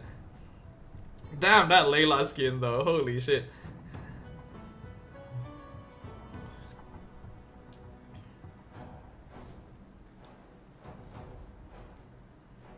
Okay, so it is a Dirov EXP, and then Nut is playing Jungle Masha. Wow.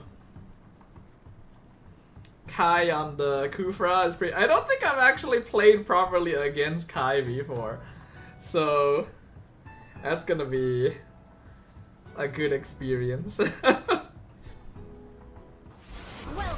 to Mobile Legends. Okay, so we've got lethal ignitions, 3 lethal ignitions, petrify Kadita as is expected.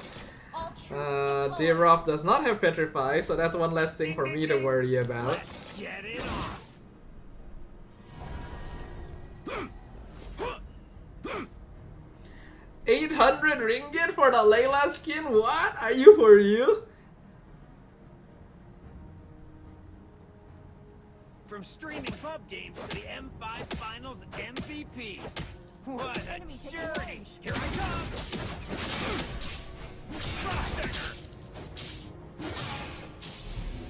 Here comes the old 1-2.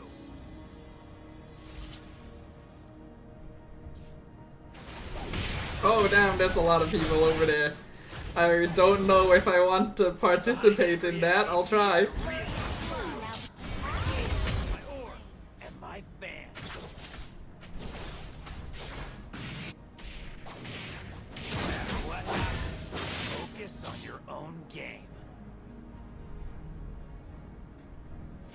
Here I come! To reach the top, you need a champion's mindset.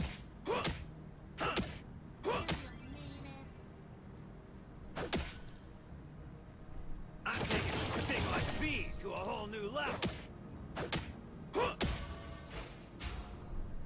Crossdecker! I don't here I come! Nice. Initiate retreat. Okay. Okay, so currently we've got Kufra up top. As expected, it's gonna be the Layla versus Claude lane. Kadita in mid. I'm gonna try and clear this wave fast. Masha is mid as well. Kufra jumping onto Nishan, the Haya.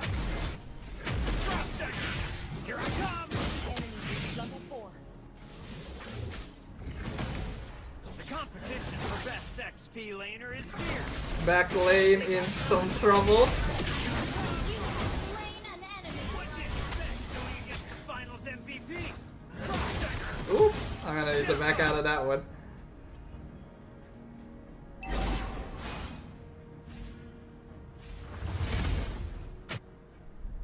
The enemy has slain the Streaming pro games to the M5 Finals MVP. What a journey! Here I come! Knockout! Here I come! Oof, they're off scary. But that is to be expected. Here I come! Crossdinger! An ally has been slain. Okay, Claude is doing okay against Layla. Their farm is fairly even. But I think our mid lane is having a little bit of trickiness holding up. Yeah.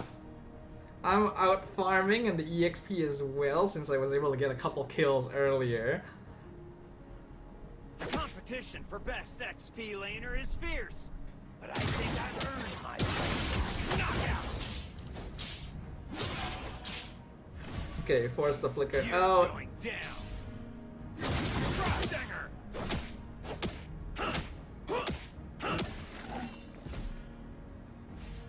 Crossdinger! 3 people bottom, Slain. including our mid. Crossdinger! An enemy So I am gonna go for a mid push here. I don't follow the meta. I just find. Okay, I'm probably gonna surrender a bit killing of spree. top here, but I think that's fine.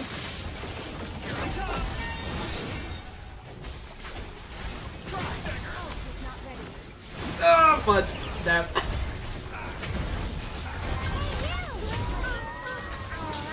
Well, let's say I did my job. Meanwhile, Hayabusa jumping in, blazing do it as well, doing some good damage onto the Layla. That's gonna be a killing spree for Loyi. Claude picks off the Layla as well. I can cast when I'm dead. Oof, that's gonna be a thunderclap. But I think we're good there. I'm getting knockout. Here I come. To reach the top, you need Oop. a champion. He is in some trouble. Oh, well, I don't think we can save him there. You're gonna be seeing stars. They're also behind us. Here I come. Oh, not in that bush. Behind every MVP are the Pretty real sure, is he still in MVPs. Tri-Brush? My Okay, team, no. My orb and my fans. He is out of the Tri-Brush. I don't follow the map. I define it. Looks like they are on the turtle right now. Here I come. Crossdinger. Here I come. Oh damn, he's alive, what the fuck? Here I come. You have slain an enemy. Honestly, Paquito's still not that bad. Finals MVP. Here I come. Maybe I'm not giving Paquito enough credit. No matter what happens, focus on your own game.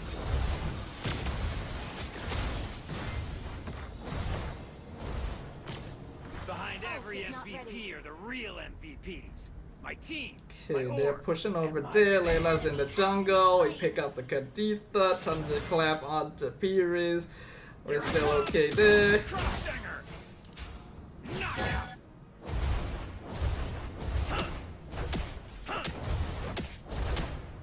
Okay, they're going for the gank onto our Khalid in the jungle.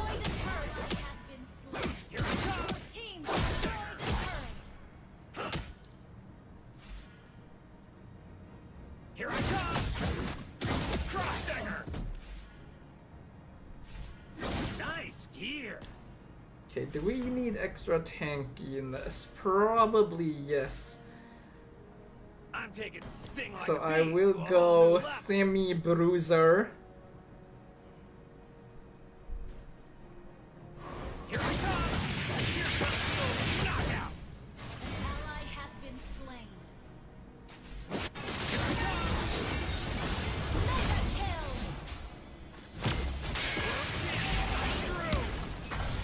Here I come! Ah, damn! Double kill. I'd say that's not terrible. Meanwhile, Claude in the back line with the blazing duet, finishing off Layla. Now the rest of the blue team gonna be chasing down Yin Yang reaction onto the Kufra, and Claude should be able to walk in. Fiji going for the backline kills, actually gets caught by the Tyrant's Rage into the knockup and gets picked off, but Kira is gonna be able to find a kill in return. And we do end up taking the mid tower regardless. Oops. I can cast a little bit when I'm dead.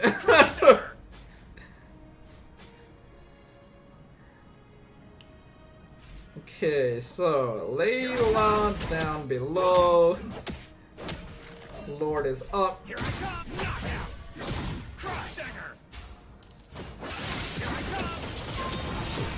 Here comes the old one too! Okay, not gonna chase on that.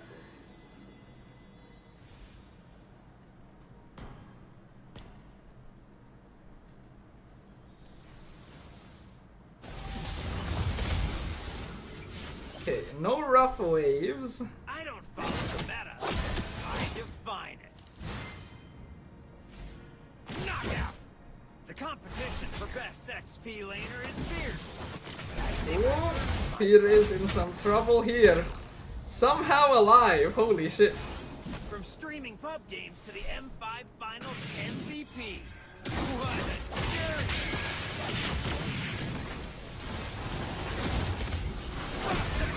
Ooh, fudge, I got that out just in time. Slain. Our turret has been destroyed. Kill. Champions need a break. Our turret Okay, is we should be able to get that Lord now. I'll do a defend top.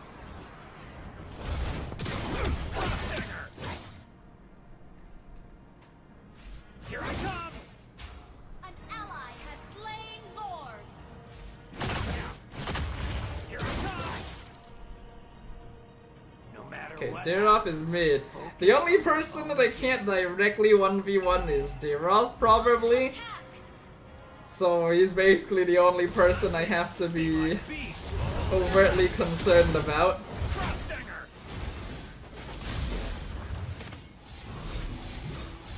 You're going down. Knockout! Crossdagger! Oh, shit's happening over there. Monster kill. Knockout! Crossdagger! Slain an enemy. Slain. Your team destroyed the turret. Your team destroyed the turret. Okay. Crossdagger! Here I come! Your team destroyed the turret. Damn, No matter what they're all holding the Lord by himself. happens. Crossdagger! Knockout! Slain an enemy.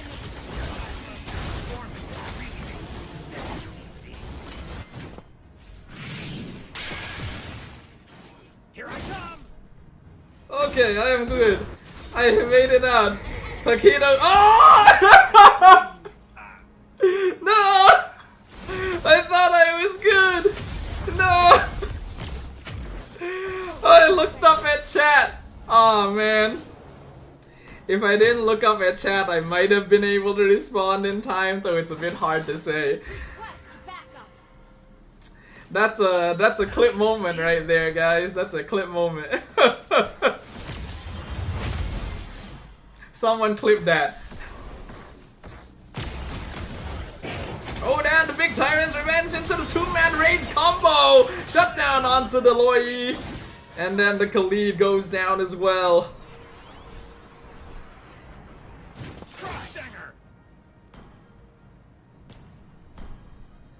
To reach the top, you need a champion's mindset. Now, as long as our Claude is still okay, we're still gonna be in an okay state generally, game-wise.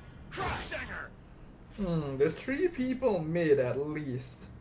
The competition for best Okay, XP Kadita laner is is tall. fierce, but I think I've earned my place. Looks like they're mostly gonna be gathering around the Lord. Step, here I come! Knockout! Crosshanger!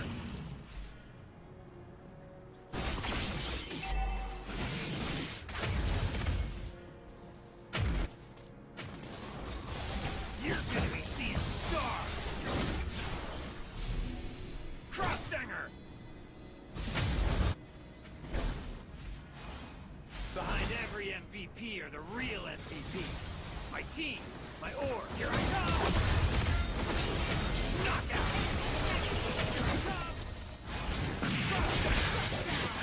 Bro! Damn! That Masha damage though! Meanwhile, over here, oops, looks like our Claw did get shut down. Not the most ideal set of circumstances. Do I need more damage, I wonder?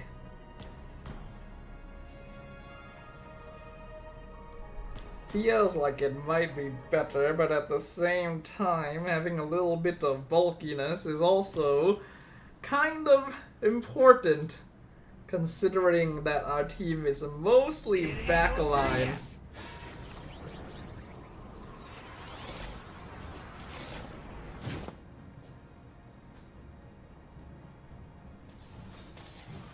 Behind every MVP are the real MVPs. I'm taking the buck. From streaming pub games to the M5 MVP. What a journey! Okay. To reach the top, you need a champion's mindset.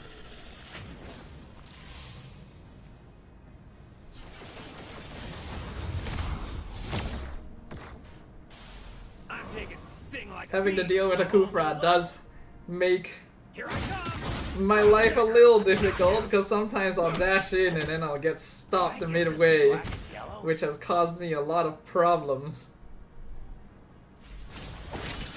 Oh, nice kill! Good Ogi Shadow kill into the back line there. Step up.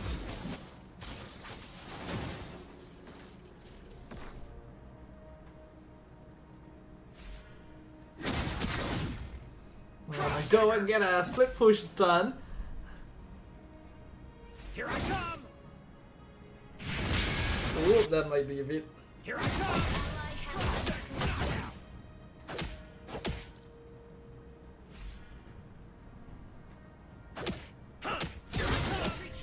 Yeah, I have a feeling as well. You're going down.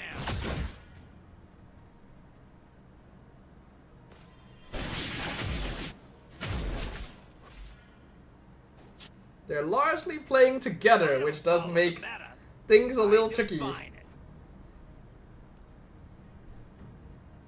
Because I would prefer to find stragglers, especially without that Kufra around. From streaming pub games to the M5 As long MVP. as Kai is there, I can't just go in and 1-2 a man. No matter what happens, focus on your own. The Lord is coming up.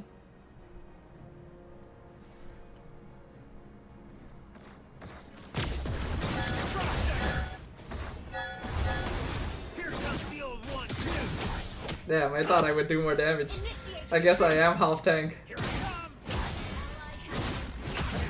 Oh, that's not ideal. We lost our jungler.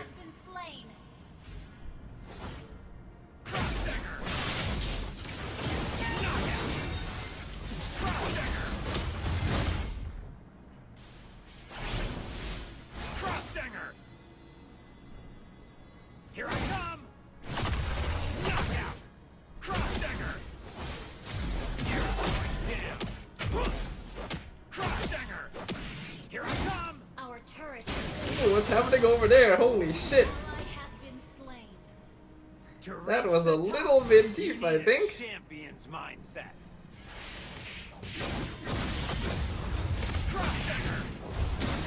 Oh my god, where did all that shield come from?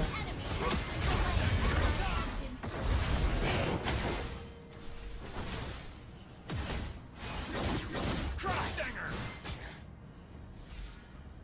Knockout! Crossdinger!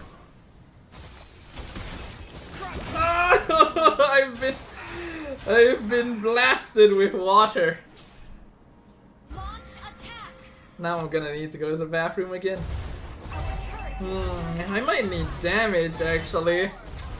My survivability is not really doing all that much currently. I'm gonna risk it a little bit.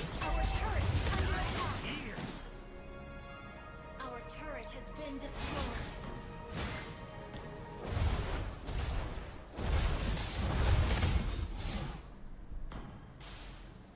See, the Layla's pretty farm. Sky Piercer already purchased as well. Full damage on the Katita. Basically full damage on almost all of them. An enemy has been slain. An ally has been slain. Ooh, that's rough. Bit too far forward there. That's their lord, right? No, that's our lord, okay. Then we do have a little bit of leeway.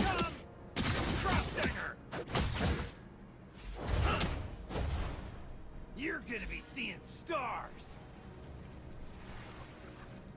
Knockout! Crossdinger! Enemy battle spell on CD. I don't follow the meta. How? Okay, the lord's already been taken out. Damn. That was fast. No matter what happens. Destroyed a turret. Here I come! I think I managed to get away with that. Through.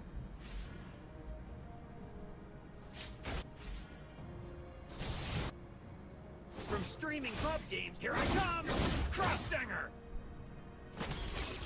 Knockout! Crossdinger! Enemy battle spell on CD. Here I come! Here I come! Cross! Knockout! Here I come! I don't follow the meta. I define. An enemy has been slain. Okay, nice, nice. Been slain. If we're winning that fight while I'm pushing over here, that's a good sign. Double kill. You have slain an enemy. Team destroyed. Not ready. Crossdinger! Woo! Going against the finals MVP. Haha! Taquito gameplay, boyo! We've done it!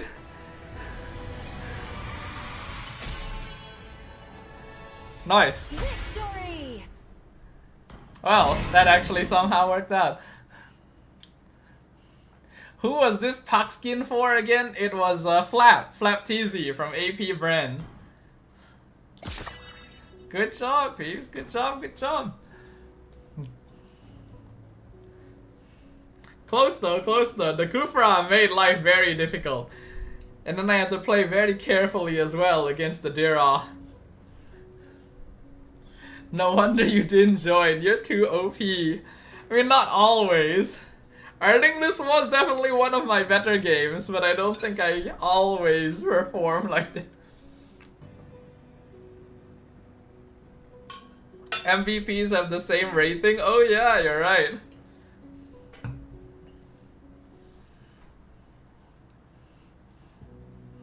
10 deaths, I play reckless all the way. Yeah, I kept seeing you dive all the way in front.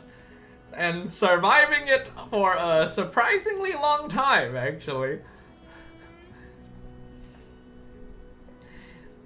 Never played with these players, teammates can't sync. I mean, it is a bit difficult since you are on a Layla. Liberia as well.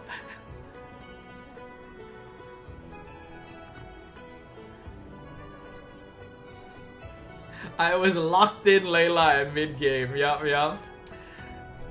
But yeah, I think it was pretty good from both sides. There was some challenging fights overall. I basically had to commit to split pushing. Like, you guys noticed that, like, at a certain point in that game, I was like, okay, I don't think I can fight, like, straight into the team. I need to split push. And it worked out.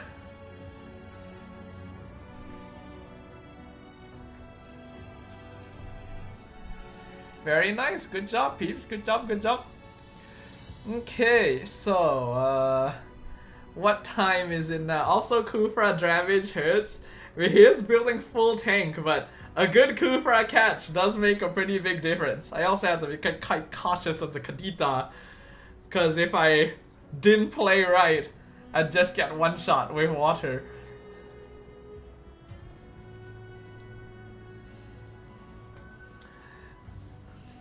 Nice, nice.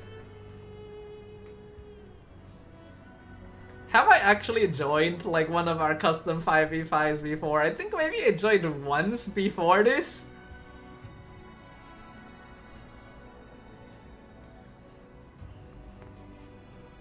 But yeah, I actually was trying to see if I'd be able to like squeeze in more. Like, I was actually trying to see if I'd be able to do like casting while I was fighting. But then at a certain point, I realized like, no, I can't do that. I actually have to kind of focus. I probably could have, but it would have been a trade-off of me focusing on actually playing the game, and then you know, it would be quite something. GG's, it was fun. Yeah, GG's everyone. Very nice. You joined once though. Okay, yeah, so I did remember that. Can you check stats real quick? Let's see. Damn, Jason low E damage though. Okay, you guys were actually right. Kai did so much damage. What? Kai did almost as much damage as me and Claude. He did like 6,000 less damage than we did as a Kufra. What the fuck? That's insane. Pyrrhus also did a lot of damage. I think he actually did the most. Okay, no, besides Jason, Pyrrhus did the most damage. Wow.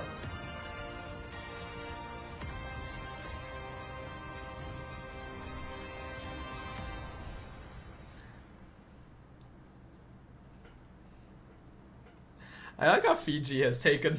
Fiji took the second most... Oh wait, no, that's the turret damage. Okay, damage taken is over here. Yeah, 41% is quite a lot. Damage taken 40% on the Kufra as well. I mean, no problem. I think I want to know one important thing, right, guys? When we do these like in-house 5v5s and stuff, I think what we should try to do is, it's okay to point out if you feel like someone did something wrong, but I think it's important to not call them out in a way where it's like, oh, if only this person didn't do this, right? We want to keep things positive here, because everyone here is a fellow viewer of the Dodo channel as well. That's always something that I'm a little bit concerned about when it comes down to these 5v5s. I worry that people get like salty or anything. So I want to say, like, if we do, like, when we do this again next time, remember that we are playing amongst fellow viewers and we're here to have fun. Yeah. Not calling out anyone in particular here, just saying it as a reminder.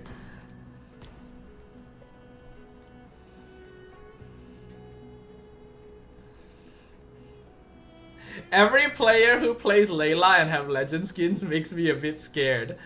Yeah, Laifu actually plays a pretty mean Layla, so we have to be quite scared, quite concerned.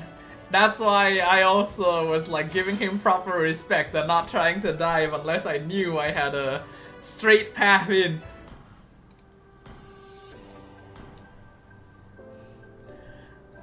Now Dodo is gonna use my Leslie gameplay on his Leslie guide. We'll see how that goes, right? Cause I say I do want to try making a new channel that actually like properly try and do YouTube stuff, but it does come down to like, do I have the time? You know, do I have the motivation? You know, I do want to try and make like a vow to myself.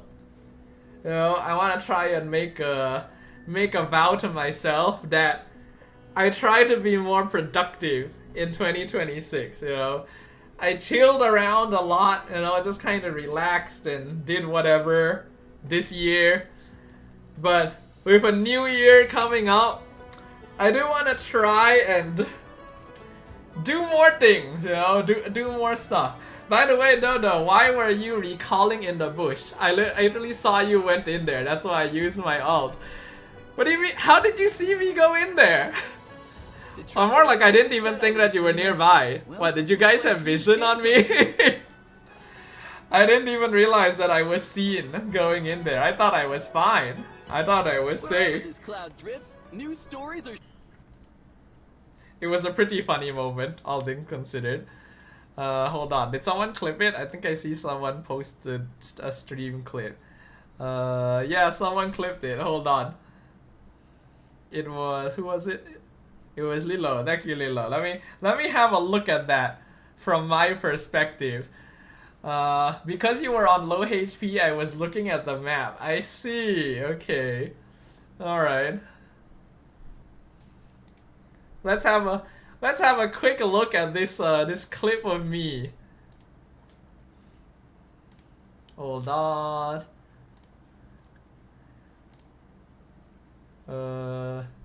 That's not the correct tab. Here we go. Let's have a look at this. Then I just shoot the ult. I see. Yeah, I didn't realize that you had vision on me. I thought that I was safe. I forgot that Layla could snipe.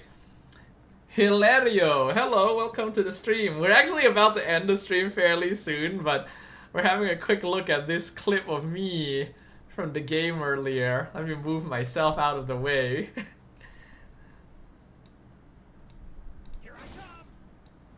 Okay, I am good. I have made it out. Paquito. Oh! No!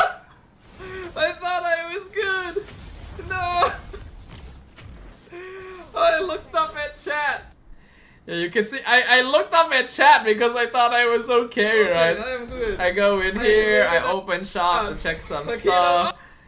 Like you could see that I was about to look up to look at chat. And then this shit happens. Big ooh. Wow, I'm super late. No problem, Hilario. We might stream tomorrow, though it might not be Mlbb. We might do a special little stream since it is New Year's Eve. I don't know what time I will do it. Depends on how free I am and how I feel tomorrow. Hopefully, I am properly recovered from being sick. Again, for anyone here who didn't know, I was sick last week. Still not completely 100%. A bit of dry throat. Oh, it's Pires. Wait, I see. Okay. Why would you say you're super late then? Lol. Masha gave you the vision. I see. Same reaction when the creeper exploded. Oh, that's still such a good clip. Hold on, is it in the Discord? That's still such a good clip. Let's just revisit that for a moment. Let's do this. Let's just revisit the creeper clip for a moment. Okay. Let's do this the right way, shall we, everyone? Oh God!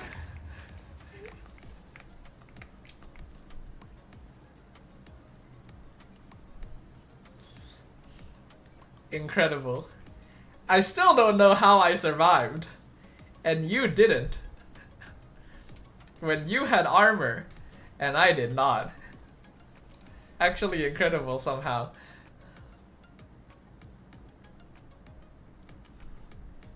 I don't think I got to ask you guys properly yet what you guys thought about my my TikTok compilation as well. My my Minecraft death compilation.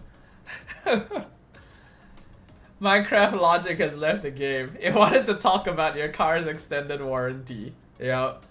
Kurel had full iron armor and still died. Yeah, he was specifically walking up to me too, this guy. This guy was walking up to me to make the creeper explode on me. Like, oh! He had his shield up. I don't know if he had his shield up actually. He might have just been crouching. But he was... You know what? Maybe you ended up blocking me. You know what, Kurua? Maybe you blocked me. You know, because you're technically standing in front of me. Maybe you ended up like actually... Maybe you actually ended up like protecting me in this case, right? Like, oh God!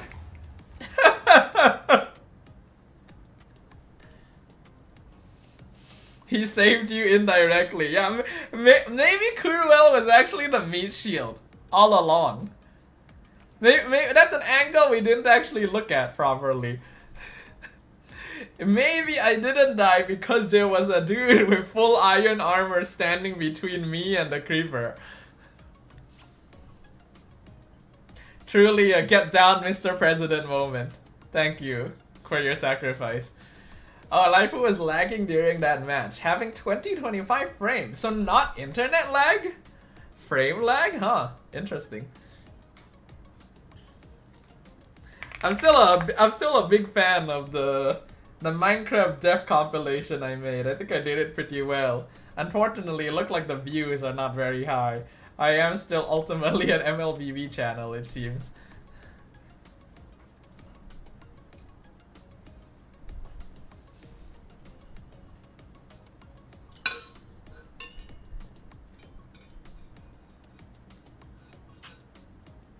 You were also lagging in the Kalida Terizla game, but you were playing so well. That's kind of scary, you know. If you're lagging at those times, then what does that mean when you're not? But yeah, okay, so I think I'm going to go ahead and finish off the stream here, peoples. I want to make sure I get some proper rest, especially if we do intend to do some kind of karaoke stream tomorrow. I can't confirm it yet. I still don't really know like how my timing and everything's gonna line up, whether I'm free, whether I'm well enough. If I want to play ZZZ as well, logically I should actually stream in the afternoon, because ZZZ is going to take a while if I want to play through like the story and everything as well. So I don't know. I don't know yet when we're going to go live, but I will let you guys know in Discord as per usual. So if anyone here is not in the Discord server yet, feel free to join. That's usually where I let everyone know when I'm going live, or if I'm not going live for whatever reason. Oh, Lilo won't be available. Lilo won't be available, huh? That's a little tricky then. Because Lilo is like a good chunk of the audience when it comes to gacha gaming. Yeah, you got some stuff going on for New Year's Eve, right? I guess we'll figure it out. We'll see how it goes. I'll communicate with you guys about when I intend to go live, or if I intend to go live tomorrow in Discord, as per usual. So once again, if you guys are not in there, feel free to do so. And for those of you who haven't, do drop a like, follow, and subscribe on my socials. I'm always live normally every Tuesday and Thursday night on, Tuesday and Thursday night on Twitch and YouTube. And then I also have a Facebook page, Instagram page, TikTok page, as well as a Discord server, as I pointed out. So if you guys could follow any of those, then I always appreciate the support, right? I just posted my year in review post on Facebook, Instagram, and TikTok. So if you guys haven't checked that out, do drop a like if you guys can. You know, a lot has happened this year. A lot has certainly happened. But with that, we are officially on New Year's Eve, right? It's after midnight. It's 31st December. Man, how time flies. How time goes, right? It's almost like 2025 just started yesterday. It's almost like I just quit my job yesterday. And here I have been unemployed freelance for a year and a half now. Who'd have thunk, right? But yeah, I do want to try and be a better version of Dodo, you know, when a new year arrives. Will I be able to commit to actually doing a proper YouTube channel? Who knows? Will I be able to find a job? Who knows? Will I be able to earn enough money to not have to worry about the future anymore? Who knows? Those are all questions that we continue to ask. But regardless, I do know one thing, and that is that y'all are gonna be here to watch this Dodo do Dodo things. And I very much appreciate that once again, everyone. For everyone who has continued to watch me actively throughout this year of Dodo-ness, to everyone old and new, and to everyone who will continue watching my Dodo-ness coming into 2026, thank you very much for all the support. Thank you for all the likes and comments and whatever else, and being guinea pigs for our custom Mlbb matches and all sorts of other stuff. Thank you very much for everything, y'all. This would not be nearly as enjoyable if not for having you guys around. Thanks to the peeps who let me rant about anime and waifus as well in the Discord. Lord knows I need it. Did somebody say guinea pig? Yes, Agnes Tachyon herself. That is correct. But yeah, we love anime and waifus, right? Right? And we might get more anime and waifus. So many potential new games coming out next year. By the way, actually, one of the things that I wanted to watch with you guys tomorrow, I don't know if you guys have seen it yet, but you guys remember Ananta? You guys remember the Arkham GTA anime gacha game that we were watching a little while back? They actually released a new trailer, which reveals the designs of a lot of characters, right? I've actually seen it already, but I kind of wanted to watch it again with you guys in case any of you guys haven't seen it, because there are some very interesting character designs in there. So that was one of the things I was thinking of watching with you guys tomorrow. But thinking about it, like, how many peeps are actually gonna be around, right? I don't know. We'll see what happens. If it comes down to it, then we can always watch it another time as well. For now, I think I probably do need to finish off the stream here for tonight. So yeah, we'll see how things go.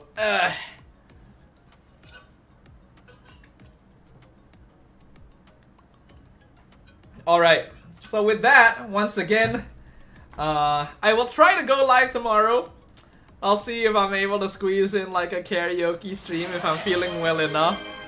Dodo Cam has been redeemed, so here we go. Yeah, I will try to squeeze in a karaoke stream if it's possible. Even if it's not, I'll try to squeeze in some kind of stream for tomorrow to welcome in the new year. So make sure you guys keep an eye out in Discord to know when or if it is going to be happening. And in case it isn't happening, once again, thank you very much everyone for this year. Thank you for listening to this Dodo rant about his life and his emotional state. Thank you for being therapy, even though this man here should be in a better position than y'all. And thanks for continuing to stick around with the Dodo channel. We definitely have a lot more peeps around regularly now compared to when the year started, which makes this old Dodo very happy. Man, I'm gonna be 29 next year. Fudging hell, Almost a new number in the 10 slot, guys. Crazy. Crazy. Who would have thought? Hopefully Dodo is in a better position once we hit that magical 30 number. You know? 2 years. You look younger? Yes, I get that a lot. So, you know, sometimes I wonder if my round face is because of genetics or because I actually have some fat on my cheeks and I should actually be thinner. You know? I keep saying it's baby fat and that I naturally have a round face. But sometimes I wonder, you know, if I worked out, would I actually be slimmer? Like, is this baby fat or is this fat? What is the secret of looking younger? Don't go outside. Yeah, honestly, that's probably it. It's probably because I'm just locked indoors all the time. I get no sun. So my skin is just forever baby. No vitamin D, but also no skin cancer. Hey, I probably should touch grass. The sun is our enemy.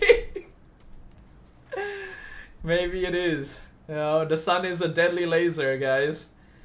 But yeah, so with that, thank you very much for 2025. Hopefully I'll see you guys tomorrow as well. You know, maybe some karaoke if things goes well. And yeah, thank you everyone for 2025. Hope that we have a very good 2026 as well. Hope that everyone enjoys whatever New Year's Eve celebrations they might have going on. And even if you don't, hopefully I'll be here to chill with y'all. I probably won't be able to see you till next year. Yeah, we can start making those jokes now, you know? We start making I won't see you guys till next year. Oh, see you guys next year. I haven't played Mlbb since last year. All of that's gonna be happening very, very soon. I don't even touch grass and I go out every day. Well, there isn't a lot of grass in Tokyo, I think. It's pretty metropolitan. My parcel was ordered last year. Yeah, all those jokes are gonna start happening. But yeah, with that, anyways, it is 1:30 a.m. I think I've made up a little bit for starting stream a little later because I had a late dinner as well. So, yeah. Thank you very much everyone for dropping by. Drop a like and subscribe once again. And I hopefully will see you guys tomorrow. If not, then I'll see you guys on Thursday. Alright, in the new year, 2026. Damn. Well, have a very good night everyone. Once again, thank you guys for dropping by the stream today. Hope you guys enjoyed some customs Mlbb gaming. And I will see you guys on the next stream. Yahoo! Oh, thank you for the follow, Pires. You haven't followed until now, huh? Thank you for the follow, sir. A follow to close things out. Alright. Thank you very much everyone for dropping by today. Hope you guys enjoyed the stream and I will see you guys on the next one, whether it's tomorrow or next year. Alright. Bye bye people. Good night. My throat is so dry. I need to get some rest, drink some water. See you guys. Bye bye. Good night. See you.